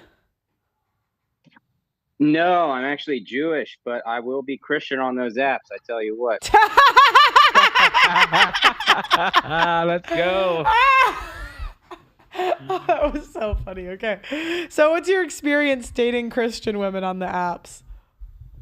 There was I downloaded that Upward, and I like how that guy's like on Hinge you can react. Like if you weren't on Hinge, you wouldn't be reacting to what anyone says. But I met a girl on Upward, and she was this really beautiful Ukrainian Orthodox chick. And I started hanging out with her and her kids, and I thought it was going somewhere. And like, I was trying to be a good guy, and because I thought and she her was, kids. Yeah. Okay. Yeah. And like if you're ever on a dry streak, single moms, that's where you head. That's where you go. And that's just got it all figured out, man. I like this guy. I write down my schemes in a little book, and I see if they work. And so everything was good, and I was like, oh, I could see myself with this lady. And the problem with Christian women is that they say things like, I want a man to lead me. I want this. But they don't want a man to lead them. They want a man to lead them in the way that they want the guy to lead them. So they really just want to be in control. And they kind of they really use the Bible like, oh, the Bible says this, so you can't do this. And they pretend like they're going to withhold sex from you. And then like the moment a Christian chick says, I'm waiting till marriage, you're like, you're going to get it on like the third date. Like, this is how it goes. And I slept with her. And then all of a sudden, all these crazy, what do you call them? Like crazy rules came into play that I had to meet. And I was kind of like, whoa, like what happened the past 3 months? Like I was just taking care of stuff and you had no issue. But then it was like, what were some of the rules? The one she broke up with me for was because I got a Christmas tree. I got because I have a 3-year-old daughter and I'm all about making memories. And so I got a Christmas tree that was like 3 feet tall. And she was like, well, that's a golden calf. And I was like, what's friggin' wrong with you? It's a tree, dude. And so she broke up with me over a 3-foot tree. Like I even took a photo of it holding it like a lightsaber. And I was like, this is really it, And that was one. There was like, I was okay with even paying for everything. I was like, you just like, I will take care of it. But she had like, there can't be a Christmas tree in the house. There can't be all these other like religious symbols and just really odd things. And so that just didn't work out. But it's all good, like there's plenty other women where that came from. Can you give me some examples of how she didn't want to be led? You said earlier that they say they want to be led, but then you try to lead and they just want to be led in the way they want to be led. Yeah. So it was like, here's the thing. Hang on. Okay. She goes, I need a bigger car. And I say, okay, well, I'm going to get this Volkswagen Atlas because this is a good family car. And I do want to have another kid. I get it. And then she's like, well, I wanted more of like a Hyundai Palisade with an extra row. And I was like, yeah, well, I'm the guy, I'm leading. So this is what I say that we need. Oh, well, that. Okay. And then she wants a house. So we're looking at houses and I'm like, well, I want a house in this location because of the school district, because of this. And she goes, well, I don't agree with that. So I want it over here. And I say, whoa, like if you want this peaceful life, like you should have no stress. Like I'm going to take care of everything and you're going to live within these parameters. Like this is how you will operate. If you don't want the stress that I have to deal with, then you need to like, just let me take care of it. And she just wanted I was to lead as long as I was spending the money the way she wanted, as long as everything was in her plan. Like I was only like a bank account. So You know? you said that you're actually Jewish, but you just pretend to be Christian? Dude, just on a dating app. Yeah. When do you like tell them? Oh, well, they go, so what do you think about Jesus? And I'm like, well, I think he's a cool guy, but he's not like real. Like he's real in his spirit. Like God's real. Everyone believes in God because we He's talk real in about him. spirit. Yeah. I'm taking notes, guys. Keep talking. If everyone believes in God, because if God wasn't real, none of us would be talking about him. So he has to be real. And I guess it's like a psychopathic thing, because I know what women mean when they're like, what do you think about Jesus? You know, I'm like, well, Jesus is great. And he's probably, he might've been a real guy, but he didn't like rise from the dead. And if a woman says, what do you mean by that? I say, yo, to get convicted of murder, you need 3 witnesses. 3,000 years ago, 2 guys say they saw that, and you're going to believe it? It doesn't make any sense. So that's what I say about Jesus. Does that ever deter them? There's like been 2 that were like, well, you're not the one for me. But usually they don't ask that question until it's like the deed's been done, you know? Or you kind of hold off on answering. So are you able to, one of my biggest problems is, it's hard for me to just sit there and let women talk just to get laid. Right. So are you one of those people who, if you're going out with a really pretty Christian girl, you can just listen to her talk through all of her BS just to get laid? Oh, no. Like sometimes I used to do that. I used to be the lending ear, but now I'm kind of like much more challenging because I don't know how you have experience dating, but like nowadays, especially on dating apps, like I'm 33, like it usually gets to the bedroom on the first or second date, so I don't have to listen to him talk for very long. And but if they're gonna blab on about that, I'm like, look, this is not worth my time. And then it's just see you later. And like I have a kid and I'm trying to have another kid, so I'm trying to get through women. And if they're just blabbing on about their life, I think there's certain stories women tell that they need to have female friends for, and I don't want to hear those stories. You know the criteria for those stories. So, because I always say, this is Doug MPA, by the way. The female-friendly version of the story is where they're the hero and the victim at the same time. Yeah. You know exactly what I'm him. talking about, yeah. right? Yeah. Like I thought I could change him. I loved him so much, but he couldn't realize what I was doing for him. He just didn't appreciate me. Yeah. I did everything I possibly. I gave him everything, and he just left me. All I did was give. Yeah. I do so much for everyone. Yeah, that's how I ended up with my daughter, dude. I wrote in a book in high school. I said I want to get the hottest chick I find pregnant, but I want her to be so crazy she ends up in jail, so I don't have to deal with her. But she was not crazy enough, so we just made a really awesome kid, and now I'm doing the whole child support thing. That is cool. It's just. So do you want to get married and have a kid? Oh, hell yeah. That's the only way to do it again. Like, yeah. I mean, I don't know if that is the only way, because I listened to Pearl and she's like, marriage is not good. Like, or not that, but like it's stacked against guys, which it totally is. Like, I was pro se in court, so I know it's really hard.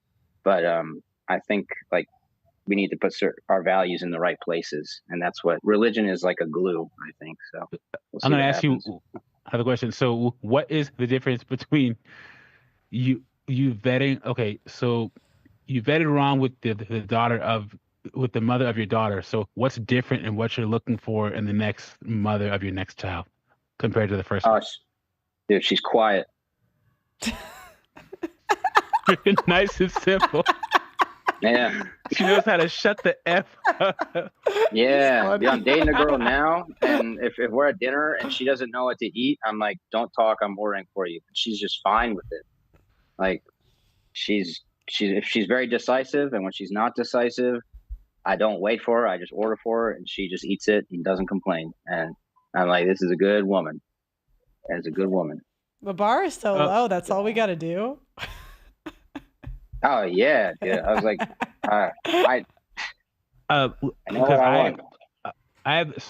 because I want a woman and I'm still trying to quite define this, but I want a woman who's literally on my team. You know what I'm saying? Because on my channel, I always say when men win, everyone wins. When women win, they win for themselves. So I want a woman who's on my team, and odds are your first baby's mother was never on your team. You're so right. I actually wrote about that. Like, I don't think men should go to therapy. You need to write and figure out what, like, learn from yourself. And I put, like, you want a woman that's in your corner. You want someone rooting for you. And women don't know how to root for men, and they don't even know how to root for each other. Because, I mean, Pearl, when you were in high school and girls tried to give you advice, how many times did you take it? Well, yeah, never. Yeah, see, women don't even listen to each other. Yeah. Think about this whole being on your team thing. It's like you can't even quite quantify like what it actually means, but you know it when you have it. You know what I'm saying? Yeah. So you can just tell when a woman's on your team, and you can tell when she's not. I do have a rule when I'm dating that I say, like, I will pay for everything up to like 3 or 4 dates if she's really sweet. And then I tell them, I'm like, look, like, I want to know what you would do for me. And that's what the girl I'm dating now, I'm like, if you don't do something for me in the next 2 months, I'm going to move my mom in, and I'm going to not talk to you anymore. And she was like, LOL, okay. And she told me she was going to plan a date for me this week, but she hasn't. So I don't know. I might be having a roommate soon. Yeah, dude, women, I think you do need a woman on your team, and a good woman will know you, and she'll definitely put the effort forth and say, like, hey, like, I got your back. Yeah. Cool. I'm single, so maybe don't take advice from me, dude. I'm single. Okay, well, thank you so much for calling in, Dustin. You're pretty funny, so call in whenever, okay? All right, thanks. Bye. All right. Yeah, I'll be Bluey. Who you can put in Rob next.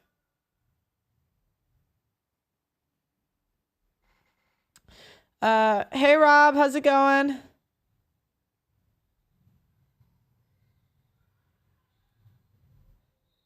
gonna give Robert, are you there? I'm gonna give you another 5, 4, 3, 2, 1. Next. You're out. You guys gotta come in ready, all right? At least you gotta give me something. All right, who's next? Let me see the waiting room. All right, do Jackson. Oh, Gabe's there. Okay, Gabe, I need camera on, mic on. Hello, Pearl. Gabe, what's going on, man? Hello? Yeah. So what's your... I'm here. How's it going? Nice tie. You came in dressed to impress, huh? I wore this to school today, so yeah. Oh, nice. So tell me, what's your experience? Are you Christian? Let's start. Hello, Pearl? Are you Christian? I was baptized Catholic as a baby. I wasn't really ever raised religious, but to get straight to the point, like towards the end of like the 14 years that I wasted on dating apps, I tried to filter out like tradcon girls, and yeah, didn't see anything compared to keeping filters open or whatever. I went on one speed dating event one time in person, and the last guy that you were talking to, I thought he was really funny because, yeah, I lied about basically being religious, which I wasn't really at the time. Okay. And so, what was your experience dating religious women or Christian women?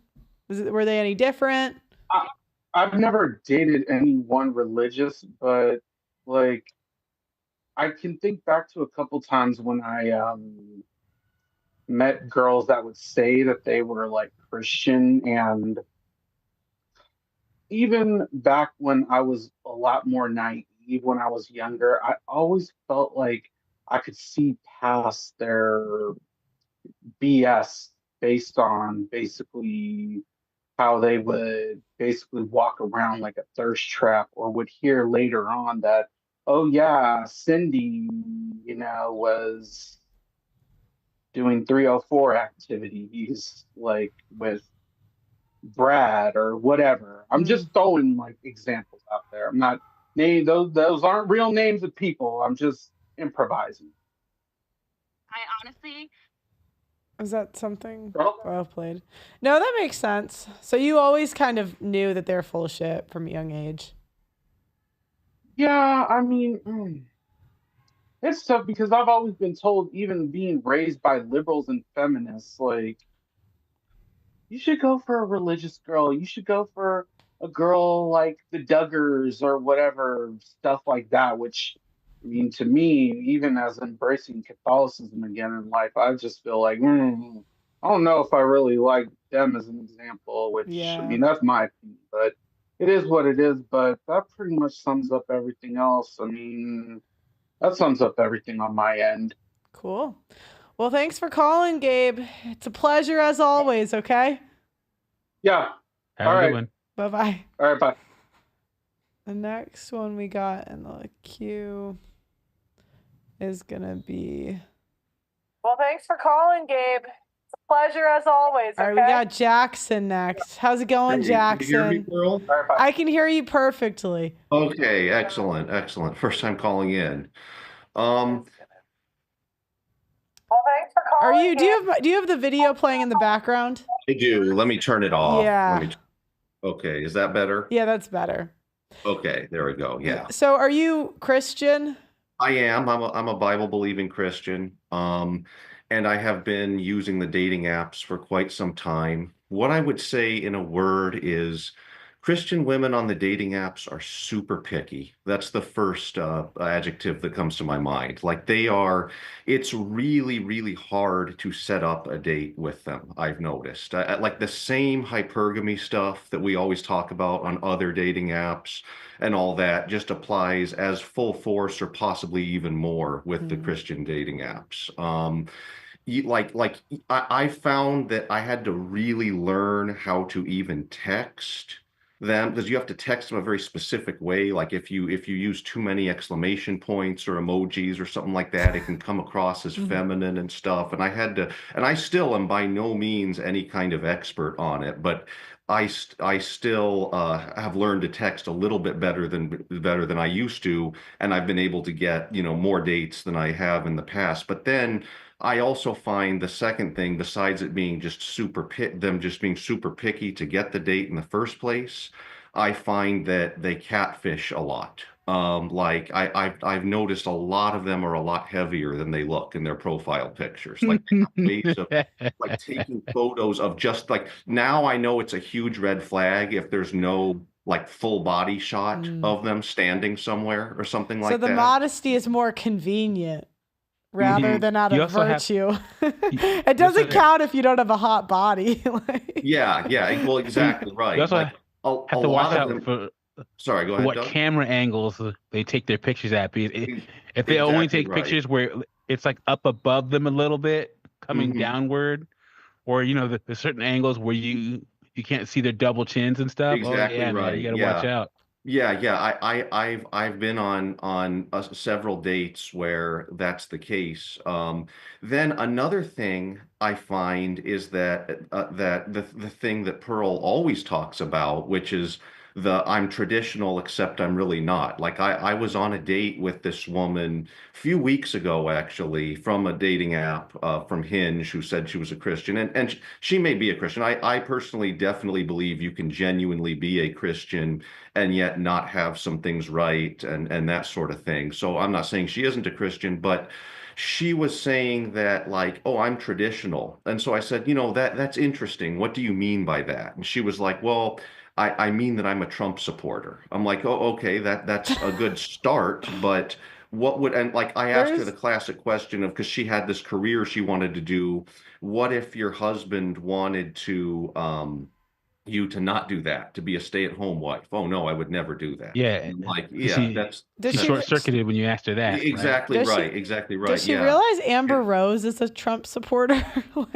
Yeah, yeah, yeah. I mean, Like, that's true, but I do think most like, I'm not saying you're not wrong. There are Amber Rose Trump supporters out there. I do think most women like that, like Amber Rose, are probably not Trump supporters. But yeah, that's the case. I've found. And then the worst time ever, just because it was the most painful to me, is I actually did find a woman on Upward, the dating app we're talking about. I'll just name the app, who we went on a few dates, and it felt like a match made in heaven, honestly. Like I've never met to this day another woman who, at least from everything I could tell, with me aligning our values and what we like to do and our life plans, including in some rather unique ways about myself, we seem to align absolutely perfectly.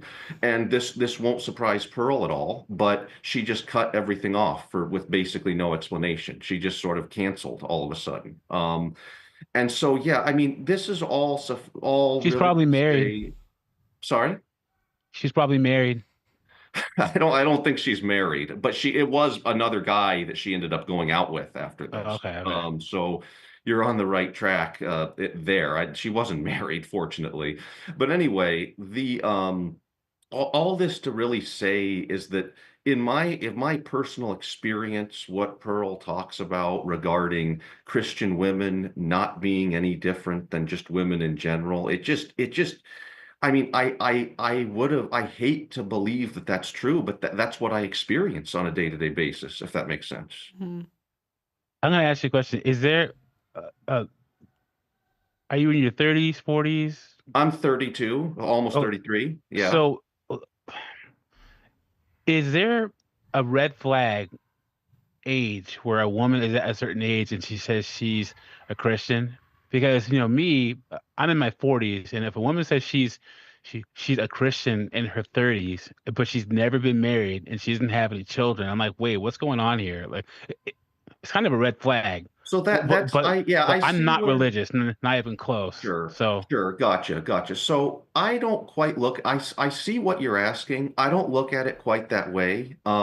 By the way, interesting fact about me, and this is not typical of Christians, especially more conservative Christians like myself, but I've never really personally desired to have kids. I've definitely always desired to be married, at least in the biblical sense, not necessarily talking about state marriage. That's a whole other discussion.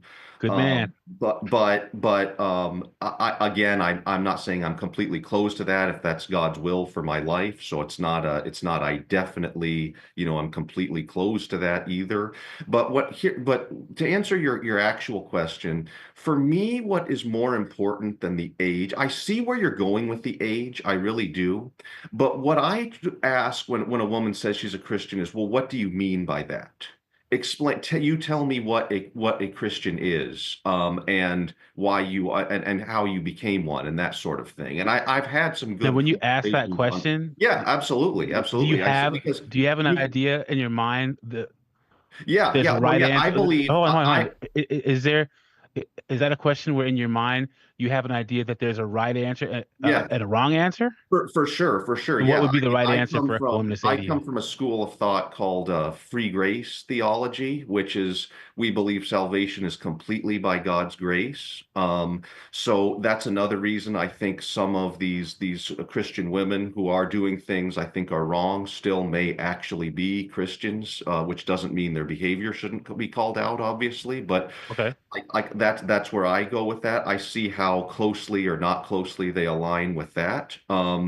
So for me, that's personally more important than the age they became. But I'm also not saying you are on to something, right? Like you do want to make sure this isn't just the woman's latest social club or something like that. So I do agree with where you're I coming put in the from. chat the last stop on the horror train is always the church. That, The that well last stop. that may be true, but here's the point is even if the whore actually did become a Christian, that doesn't make her a good wife material. Is just There you where I'm go. going with that. Yeah. Smart man. So Yeah. Smart man. And then one more question. So, you're on Christian dating apps now, I have, right? yeah. Uh, is your experience on a Christian dating app vastly different than on regular dating apps? Not really. I mean, the one thing I will say is that is a little different is years ago back on Tinder, I did occasionally get some women who would send me just some, overtly sexual message, and I honestly don't even think a lot of them were even trying to hook up with me. I think they were actually just kind of trolling and that sort of thing. Or some of them could have even been bot accounts. I don't know. I haven't encountered that as much on Christian dating apps, but as far as just the getting them to go up, them being super picky, it's I think the same thing. Like an analogy I thought of is a lot of women will say, I'm in my 30s. Where are all the good men? All I've ever wanted is to be married, and in many cases have kids. They'll say and that kind of thing, and it's a little bit to me like when I was going to college, I wanted to go to the University of Texas at Austin. That was my dream school. But my grandfather said, no, that's too expensive. You have to go in state because I happen to live in Colorado. So I went to Colorado State. I mean, can you imagine if I had refused to go to Colorado State and said all I ever wanted was to go to college? I mean, Yeah. that's what I feel like a lot of these women are doing, if that makes sense. Yeah, So. completely. Yeah. And I had a blast at CSU. Like I wasn't even that like disappointed. I was just thankful to get to go anywhere. It's just that that analogy is always stuck in my mind. So Yeah. Is your church try to facilitate a Christian relationship? Do they have a singles ministry or anything like that? they don't, not really. I go to other places for singles ministries. My church is just a very small Bible church, where there are a few people first of all, it's not a very big church in general. There are other people my age, but my friends are married. And I've been to secular singles meetups as well, like Jigsaw is in a lot of cities. That's another thing. But you have to be just like one thing Pearl is just absolutely right about, that I don't that I would even argue it's unbiblical the way they do it, but that's a theological discussion, is the way a lot of Christian women will shame male sexuality. Like that's something I had never heard anyone really talk about that until I found Pearl's channel and her saying that. It's like, wow, finally somebody else noticed that. Yeah. Pearl has a special kind of passion when she talks about tradcon horrors. It's the best, I man. grew up around them. They drive me nuts. The best of Pearl comes out when she's talking about that. Well, thanks so much for calling in, Jackson. No problem. I No problem. appreciate. Call in anytime. Yeah, call in Absolutely. anytime. I'll talk to you guys later. Yeah, cool. Bye. All right. That was a great Good call. caller. Very concise. No. I love it when they come in and they just have these are the. Mr. Booth, he said that the Jackson sounds very, very intellectual, and that might intimidate the women that he goes out with. This guy in the chat said that. Yeah, And I can could see that happening because Yeah, he seems very logical. yeah, because we like the we're not logical creatures, so we're like, what? Well, and then these tradcon women in the church just expect men to be idiots. Yeah. Okay. Hey, Charles, how's it going? I think it's frozen. Uh-oh. Oh, now he's moving again. Hey, Charles. Oh, where'd he go? No, he just got up and left. Come back, Charles. Charles. Uh-oh. I don't know if is he muted? No, he's got an audio. Oh. Uh-oh. You guys got to work on your Zoom skills. Like, let's see if you can get it put into the wave. Charles, are you there? All right, well, we'll try Charles, see if we can. You guys got to come in ready to go, all right? It kind of puts the show on hold if we're waiting for you guys to figure out the Zoom. There's a way to test Robert? before you guys come in. Okay, we can try Charles one more time. Can see if either of them figure it out. Okay, now all right, Charles, unmute. Yeah, I can unmute. You're muted, so I can see you. You just go to the corner. It should be bottom, like left corner. Okay, now he's off mute. Are you there, Charles? Yes, I am.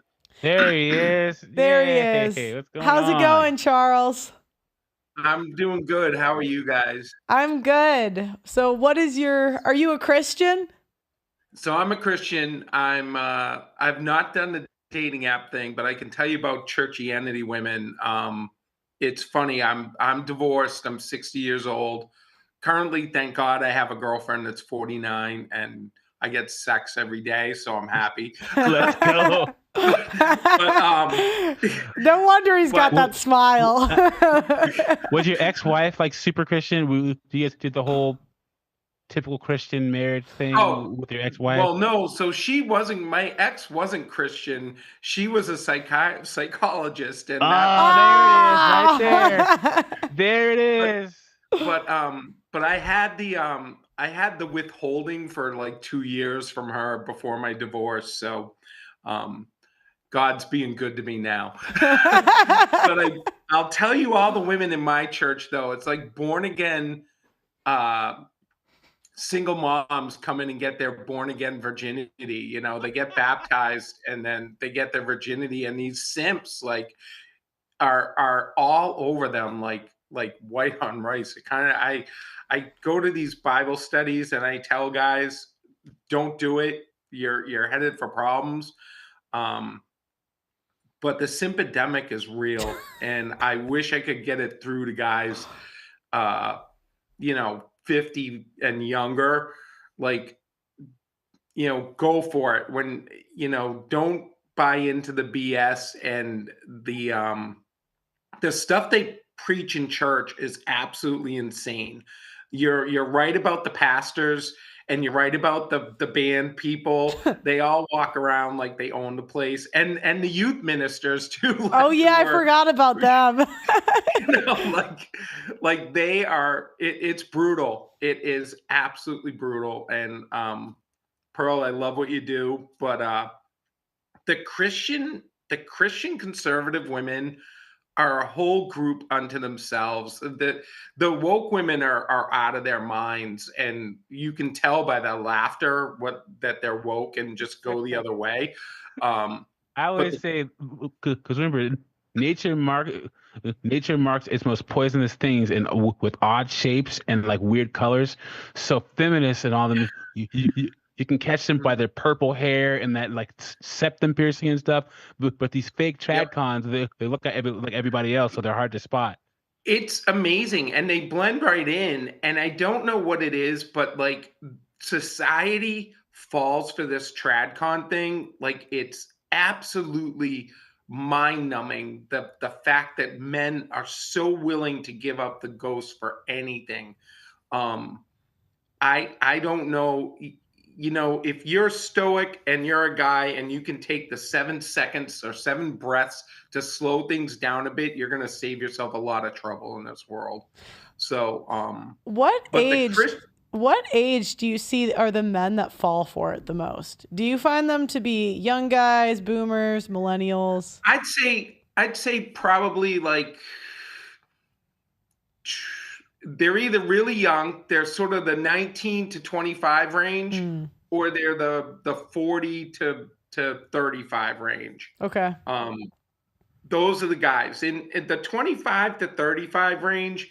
I think they still got enough of their game, and they're kind of like they've started making money for the first time. They've got property, they've got some things maybe, and they kind of how do I want to say it? They have the independence and enough stuff to be like, no, I don't need you. If they go that time to say like 35 to 40 years old, and they've been divorced or whatever, they just become desperate. And the tradcon women, they're like sharks in a feeding frenzy nowadays. It's insane. So I would, because Pearl and I, we were talking about this earlier. It's kind of no in between. So a divorced guy either becomes a red pill demon, or just gets desperate and just simps all over the place. Oh yeah, There's and no I'll in tell you, between. the red pill demon works. Like I've had more women be like, "Oh yeah, I teach yoga, right? So I kind of get a lot of exposure out there." And they're like, "Oh, well, I'm not going to talk to you anymore." I'm like, "Fine, good, go, see ya." And that makes them insane. They lose their minds. They lose their minds. It's like if you cannot simp and not follow after them, they'll chase you. But So, the so you said that lunatics there's are a out there. you said that there's a church to stepdaddy pipeline. Oh yeah, Oh absolutely. my gosh. Absolutely. So let's play hypothetical. Let's say I'm a 24, 25-year-old guy who just graduated with like a degree in like mechanical engineering or chemistry or something, and I'm just starting with my career. I'm in the church, and you see the vultures of the single mother just hovering around this young guy who has a potential. What would you say to that young guy? Run. 'Cause the single moms will give it up on the first date, and then they will guilt him into like being a father to their child. And the simp guys, they're done. They'll introduce him to the kids like right after they have sex with them, just to hook them in, and then they're done. I would tell those guys, run. Stop going to church. Stop going to church, or do church online where you're not going to be exposed to this stuff, because it's crazy. And the dating apps, when I got divorced, I did the dating apps, and like I said, I'm 60 and I'm in fairly good shape, and I take care of myself. Um, I would purposely not put a picture up there to just get treated like shit, and see who hung around or who talked. And it's insane. I'm not gonna lie. There are a lot of women that think way too highly of themselves. I showed up on more meetups and saw like a 4'2", 500-pound woman get out of a car and just drove away.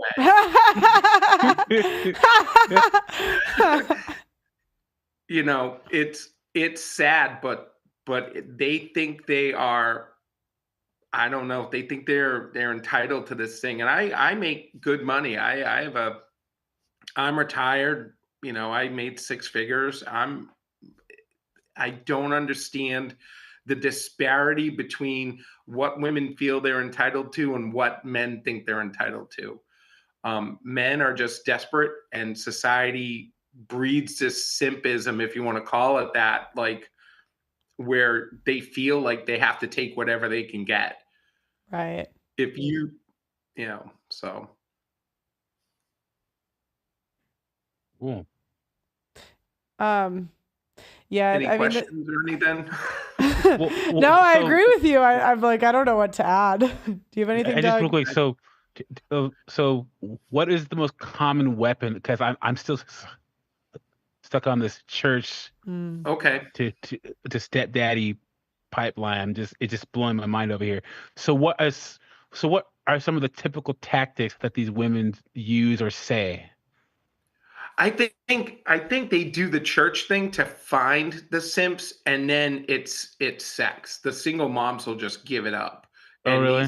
They these gluck guys, All gluck, it takes right? for some. that's all it takes for a simp. I mean, think Oh about the simps man, you've talked I to and thought simps you know. I was I hoping know you plenty of were gonna simps. say some like intricate plan to like capture the guy like Wile E. Coyote trying to get the Roadrunner or something. But you're saying No, it's literally just they give it up. all she has to do is put out. Oh, that's so depressing. Come It on. is. It is. You know, a 304 is a 304, whether you dress her up in church clothes or not. So, Hmm. Yeah. Yikes. Damn. Well, thanks for calling in. I appreciate it. Yeah. no, thank Call in you. again And anytime. Call in you know what, Pearl, anytime. Yeah, go ahead. Sorry. No, thank you. You're great. I love listening to you, and I point so many guys in your direction to get clarity. So keep doing what you're doing. Thanks so much. Thank you. You too. Bye. Bye. And tell your 49-year-old girlfriend we said hi. That's the face Good of man. that's the face of a man dating someone 10 plus years younger. and getting it on the regular. Yeah, they just smile more, you know. That's that smile right there. Let's see what we got. We can do, it's 9:00. Let's do one more caller. You want to pick Doug MPA? I can't see the list. Oh, for some okay, then I reason. guess I'll pick. I'll do Jim. Do the bottom one and see if he. Jim, what's going on, man? You're on mute, muted. Jim. Unmute. There he is. Got it. How are you? I'm doing good. Nice to meet you. Nice to meet you. So, what is your experience dating church women, and are you Christian? I am. So I used to be a worship leader for 15 years, and it has been an interesting few years. One, dating in the church and dating leadership, and accompanying the not only the stress but the risk of dating in church and for it to go bad. Such as first dates. And unfortunately, I had the experience of it actually going bad, a really bad first date. And she had said, "Hey, I didn't consent to what we did afterwards, even though that was regret." And it actually, yeah, it forced me out of the church. So I went from Washington, D.C., so now I live in Fort Lauderdale. And I live a much, much more fruitful and full of life now, being out of the church and dating out of the church, than I did back in DC. So, you guys hooked up after the date, and she said she didn't consent. Yeah. Was there on the first date? On the first date, yeah. Yeah, it was. Was it like a right away thing, or was it like a slow burn kind of thing where she had to think about it a couple of days or a couple of weeks, and then it was actually it was. If you don't want to share, it's fine. It was probably really bad, but go It's ahead. cool. It was pretty quick. It was within about 48 hours. And I mean, this girl invited me back to her place, and her friends had left to leave us alone. And I wasn't pushing for anything, but afterwards I had realized, okay, someone in my position like has to be very, very careful dating in the church and seeing what that looks like. You know, on that, things went relatively negatively. I tried to handle them the best that I could. The church actually really defended and stepped up and made sure that I was protected, and also the church was protected as well. But it really goes to this. This was an area that I had not seen coming.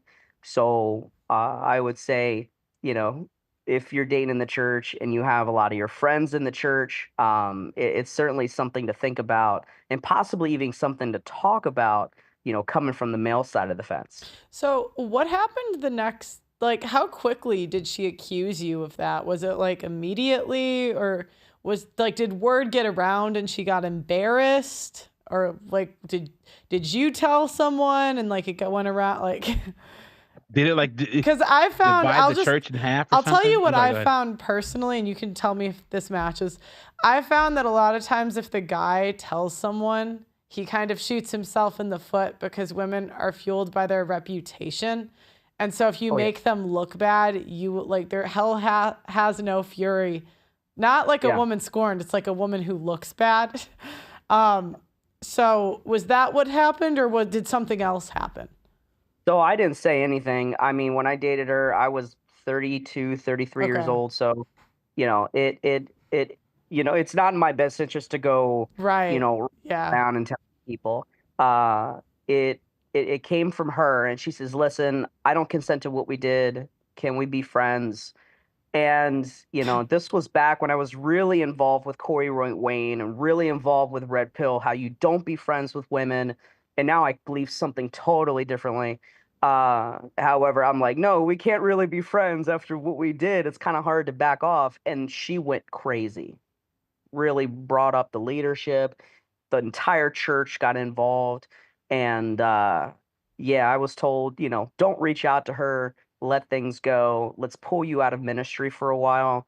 And that was a 6-month long process. And I just had started going in back into like choir, etc. At that point, I had decided, okay, you know what? Maybe Washington D.C., DMV, where I grew up, is not the place for me. And now I am so much happier in the dating scene being down in Fort Lauderdale. What changed? Was it the like, did you find that women were of better quality when you dated outside of the church? Was it Uh, leaving the church period? What it, was it? I think probably the answer to both of those questions is yes. I'm finding down in Fort Lauderdale, there's a lot of lack of commitment. So it's easier for me because I've dated in the church all of my life. And now that I'm out of the church, I'm like, I got to learn a whole lot about Latina women. I got to learn a whole lot about women in general. Because they don't play down here. You have if your shoes are on the wrong foot or your belt is the wrong color, like you're done. The getting your figure right is step one of dating and down in church, Fort Lauderdale, because of how many options both women and men have. Mm-hmm. Well, they always say, the red pill, it doesn't get, you don't swallow it. It gets shoved up your behind a lot of times. And that's what happened to you, man. I'm glad you made it out free and Mm-hmm. clear, man, because false accusations are no joke, man. No. No joke. You had to learn the hard way. Wow. Yeah, I was driving down to DC wondering if I was going to get arrested. Like, this girl thought did this girl think that I had, big R'd her? Like, what, which is not what happened at all. We both consented to what we did, but that's not consent. That's regret. And, I wish her the best. I hope, everything goes well on her end, on that side, you know. So there's that, like I've dated on Upward, I've dated on Bumble, I've dated on Hinge. They're out in DC. There's not a lot of options. And DC, DMV, it's really all about getting married. So there's a whole lot of pressure on both sides of the fence. Um, I myself used to be a massive simp. I've always believed women when they say, "Oh, I'm just this pretty little, damsel in distress." Like I used to believe that. I grew up with my dad crying himself to sleep on Match.com when dial-up was a thing. Like that's the kind of upbringing that I had around women, and I still have a long way to go. Like down in Fort Lauderdale, I've realized a lot of the problem is me and my being scared of women. Giving off of duh, like look what you went through. But I'm 35 now. Like I've got to figure it out. So what other patterns did you see? Because you said you were in that church for like 12 years or 15? Multiple churches, in that church specifically for 3 years.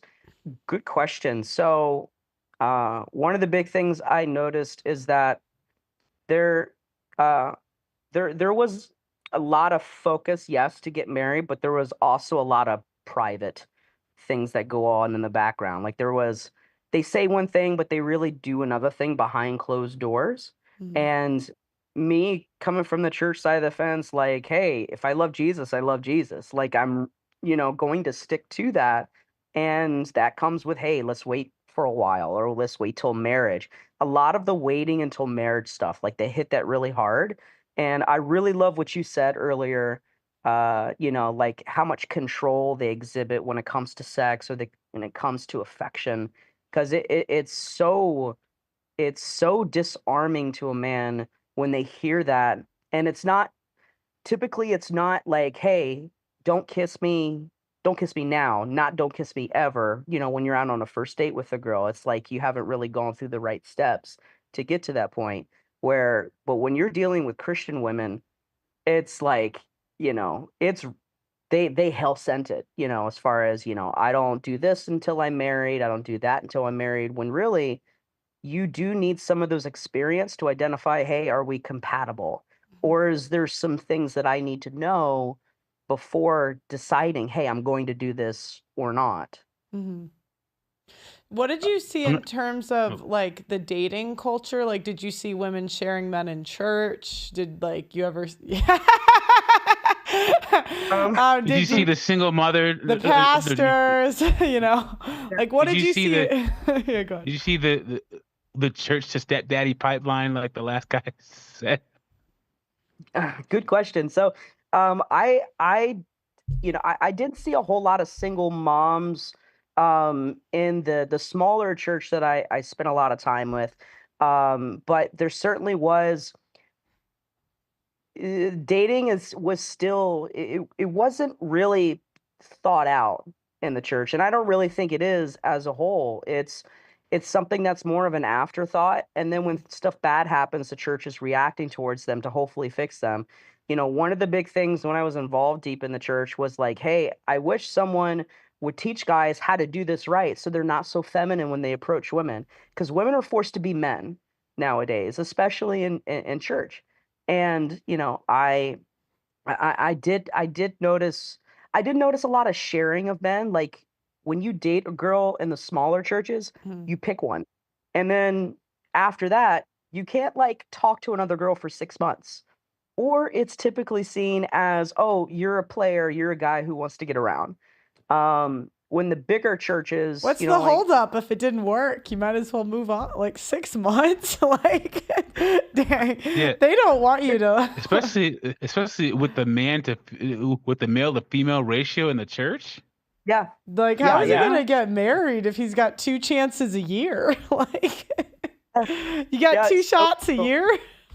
Yeah, that's how it was really seen negatively from a social perspective to date around. And the smaller church I was a part of really instilled the guys asking, but you couldn't ask out 2 girls in the same week because they're all talking to each other. Right. And so it was dang if I do, dang if I don't. If I pick the wrong girl, darn it, I'm done for 6 months. And it just got to the point where I'm like, why am I trying to do this in the church? Like, what's really the purpose? Because I do want a long-term relationship, single now, dating around. But at the same time, you know, I think the current method on how things are done, I think things need to be more purposeful.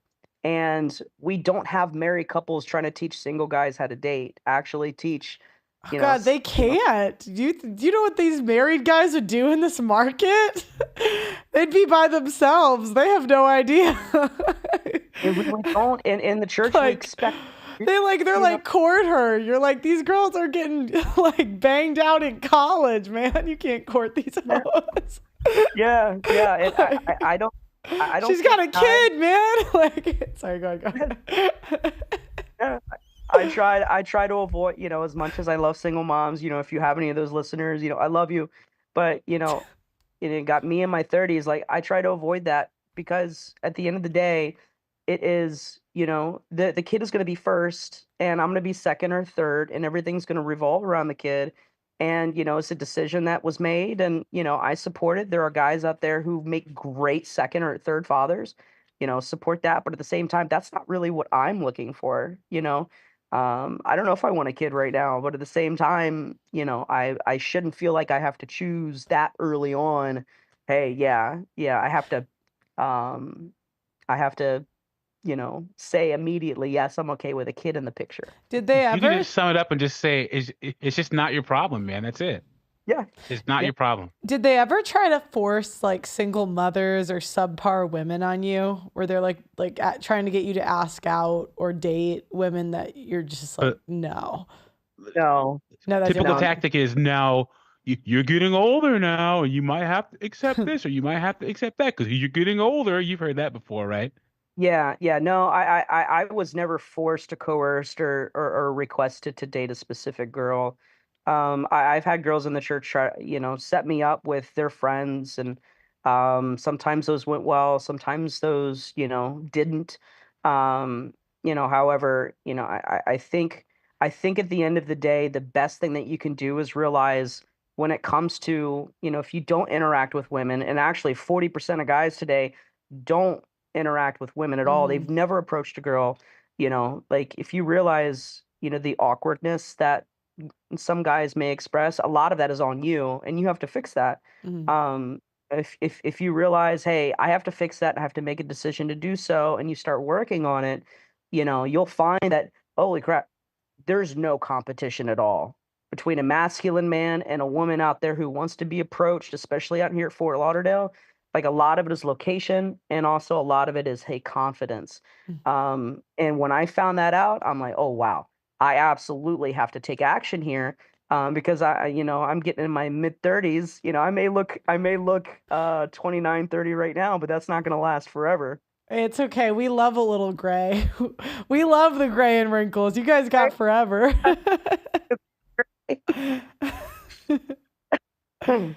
um yeah, no, that's interesting though. I'm sorry to hear about the false accusations. Too bad. But it seems like something good came of it, right? You seem happier now. I am. I'm realizing there's a lot of growth that I still need to do on my side of the fence. And, I hope she finds solace. Because, at the end of the day, I don't want anybody to go through what I had to go through. The just the torture, the turmoil, there's no doubt that there's trauma that I'm working through, that like, where did I go wrong with this girl? And trying to date other women for at least a year, like I'm scared. And it's still a little bit on the back burner of being afraid of women. I'm working on, but at the same time, like if I let it affect me, the only person that it's going to harm is me. Like, I don't want to be eternally watching porn all the time. I don't think I deserve that. I think I deserve to be around someone who wants to express herself just as much as I do. But at the same time, it is harder for Christian men and Christian women because of just how high the pressure is all around, from social to, from a religious standpoint, how much they pressure their people to, hey, you got to do this. This is what Christian people do. Yeah. Yeah. Do you have a Ring camera now? I do. I do Okay, have a yeah, Ring it's camera. I like, have a couple Blink cameras. yeah, I was like, just in That's case. what I'm saying. like- You better be filming everything. Yeah. Well, you can't legally film everything, Tom. But In your own house? You can't? No, you can't film sex acts without consent. That's illegal. Well, have them sign an NDA.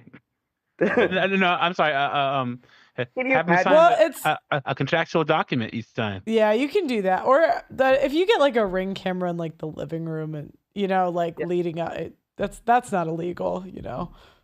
It's hard enough making a woman feel comfortable, when you're trying to make yourself feel comfortable at the same time, and then here's an NDA. Yeah, good luck. You just be like, it's like she starts hooking up in the living room. It's like, wait, because there were these three football players for some school, and they had these two girls back at their house, and one of them just tried to say that a train ran on her, and the guys pulled out their phones and were like, "Hey, you're okay doing this, right?" And the lady's like, "Well, why are you having me do that?" It's because our coach said that we need to film girls saying yes before we have sex with them. Did they do it? Did she? Yeah, that's what got him out of it. Oh, nice. Because a girl that night accused him, and they had this phone footage where the girl said, "I'm okay with doing this." Wow. Yeah. But then the coach got in trouble because the guy said that the coach told him to do that. So the coach ended up getting fired. The guys got off the accusations, but then the coach ended up getting fired. Wow. Yep. Wow. But, I'll tell you at the end of this, the catfishing is all, whether you're in the church, you're out of the church. That's everywhere, huh? It's absolutely everywhere. I mean, I'll tell you that the great experiences I actually found personally was through Upward. Like I've tried through Boo. It's nothing but Chinese nationals posing as women they found pictures on through Instagram.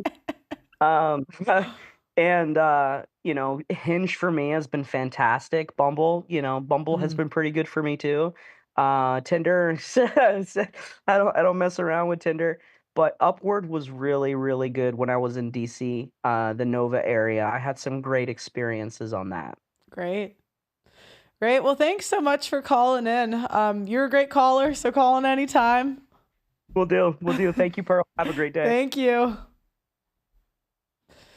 All right, Doug, MPA. Any final thoughts on this topic? I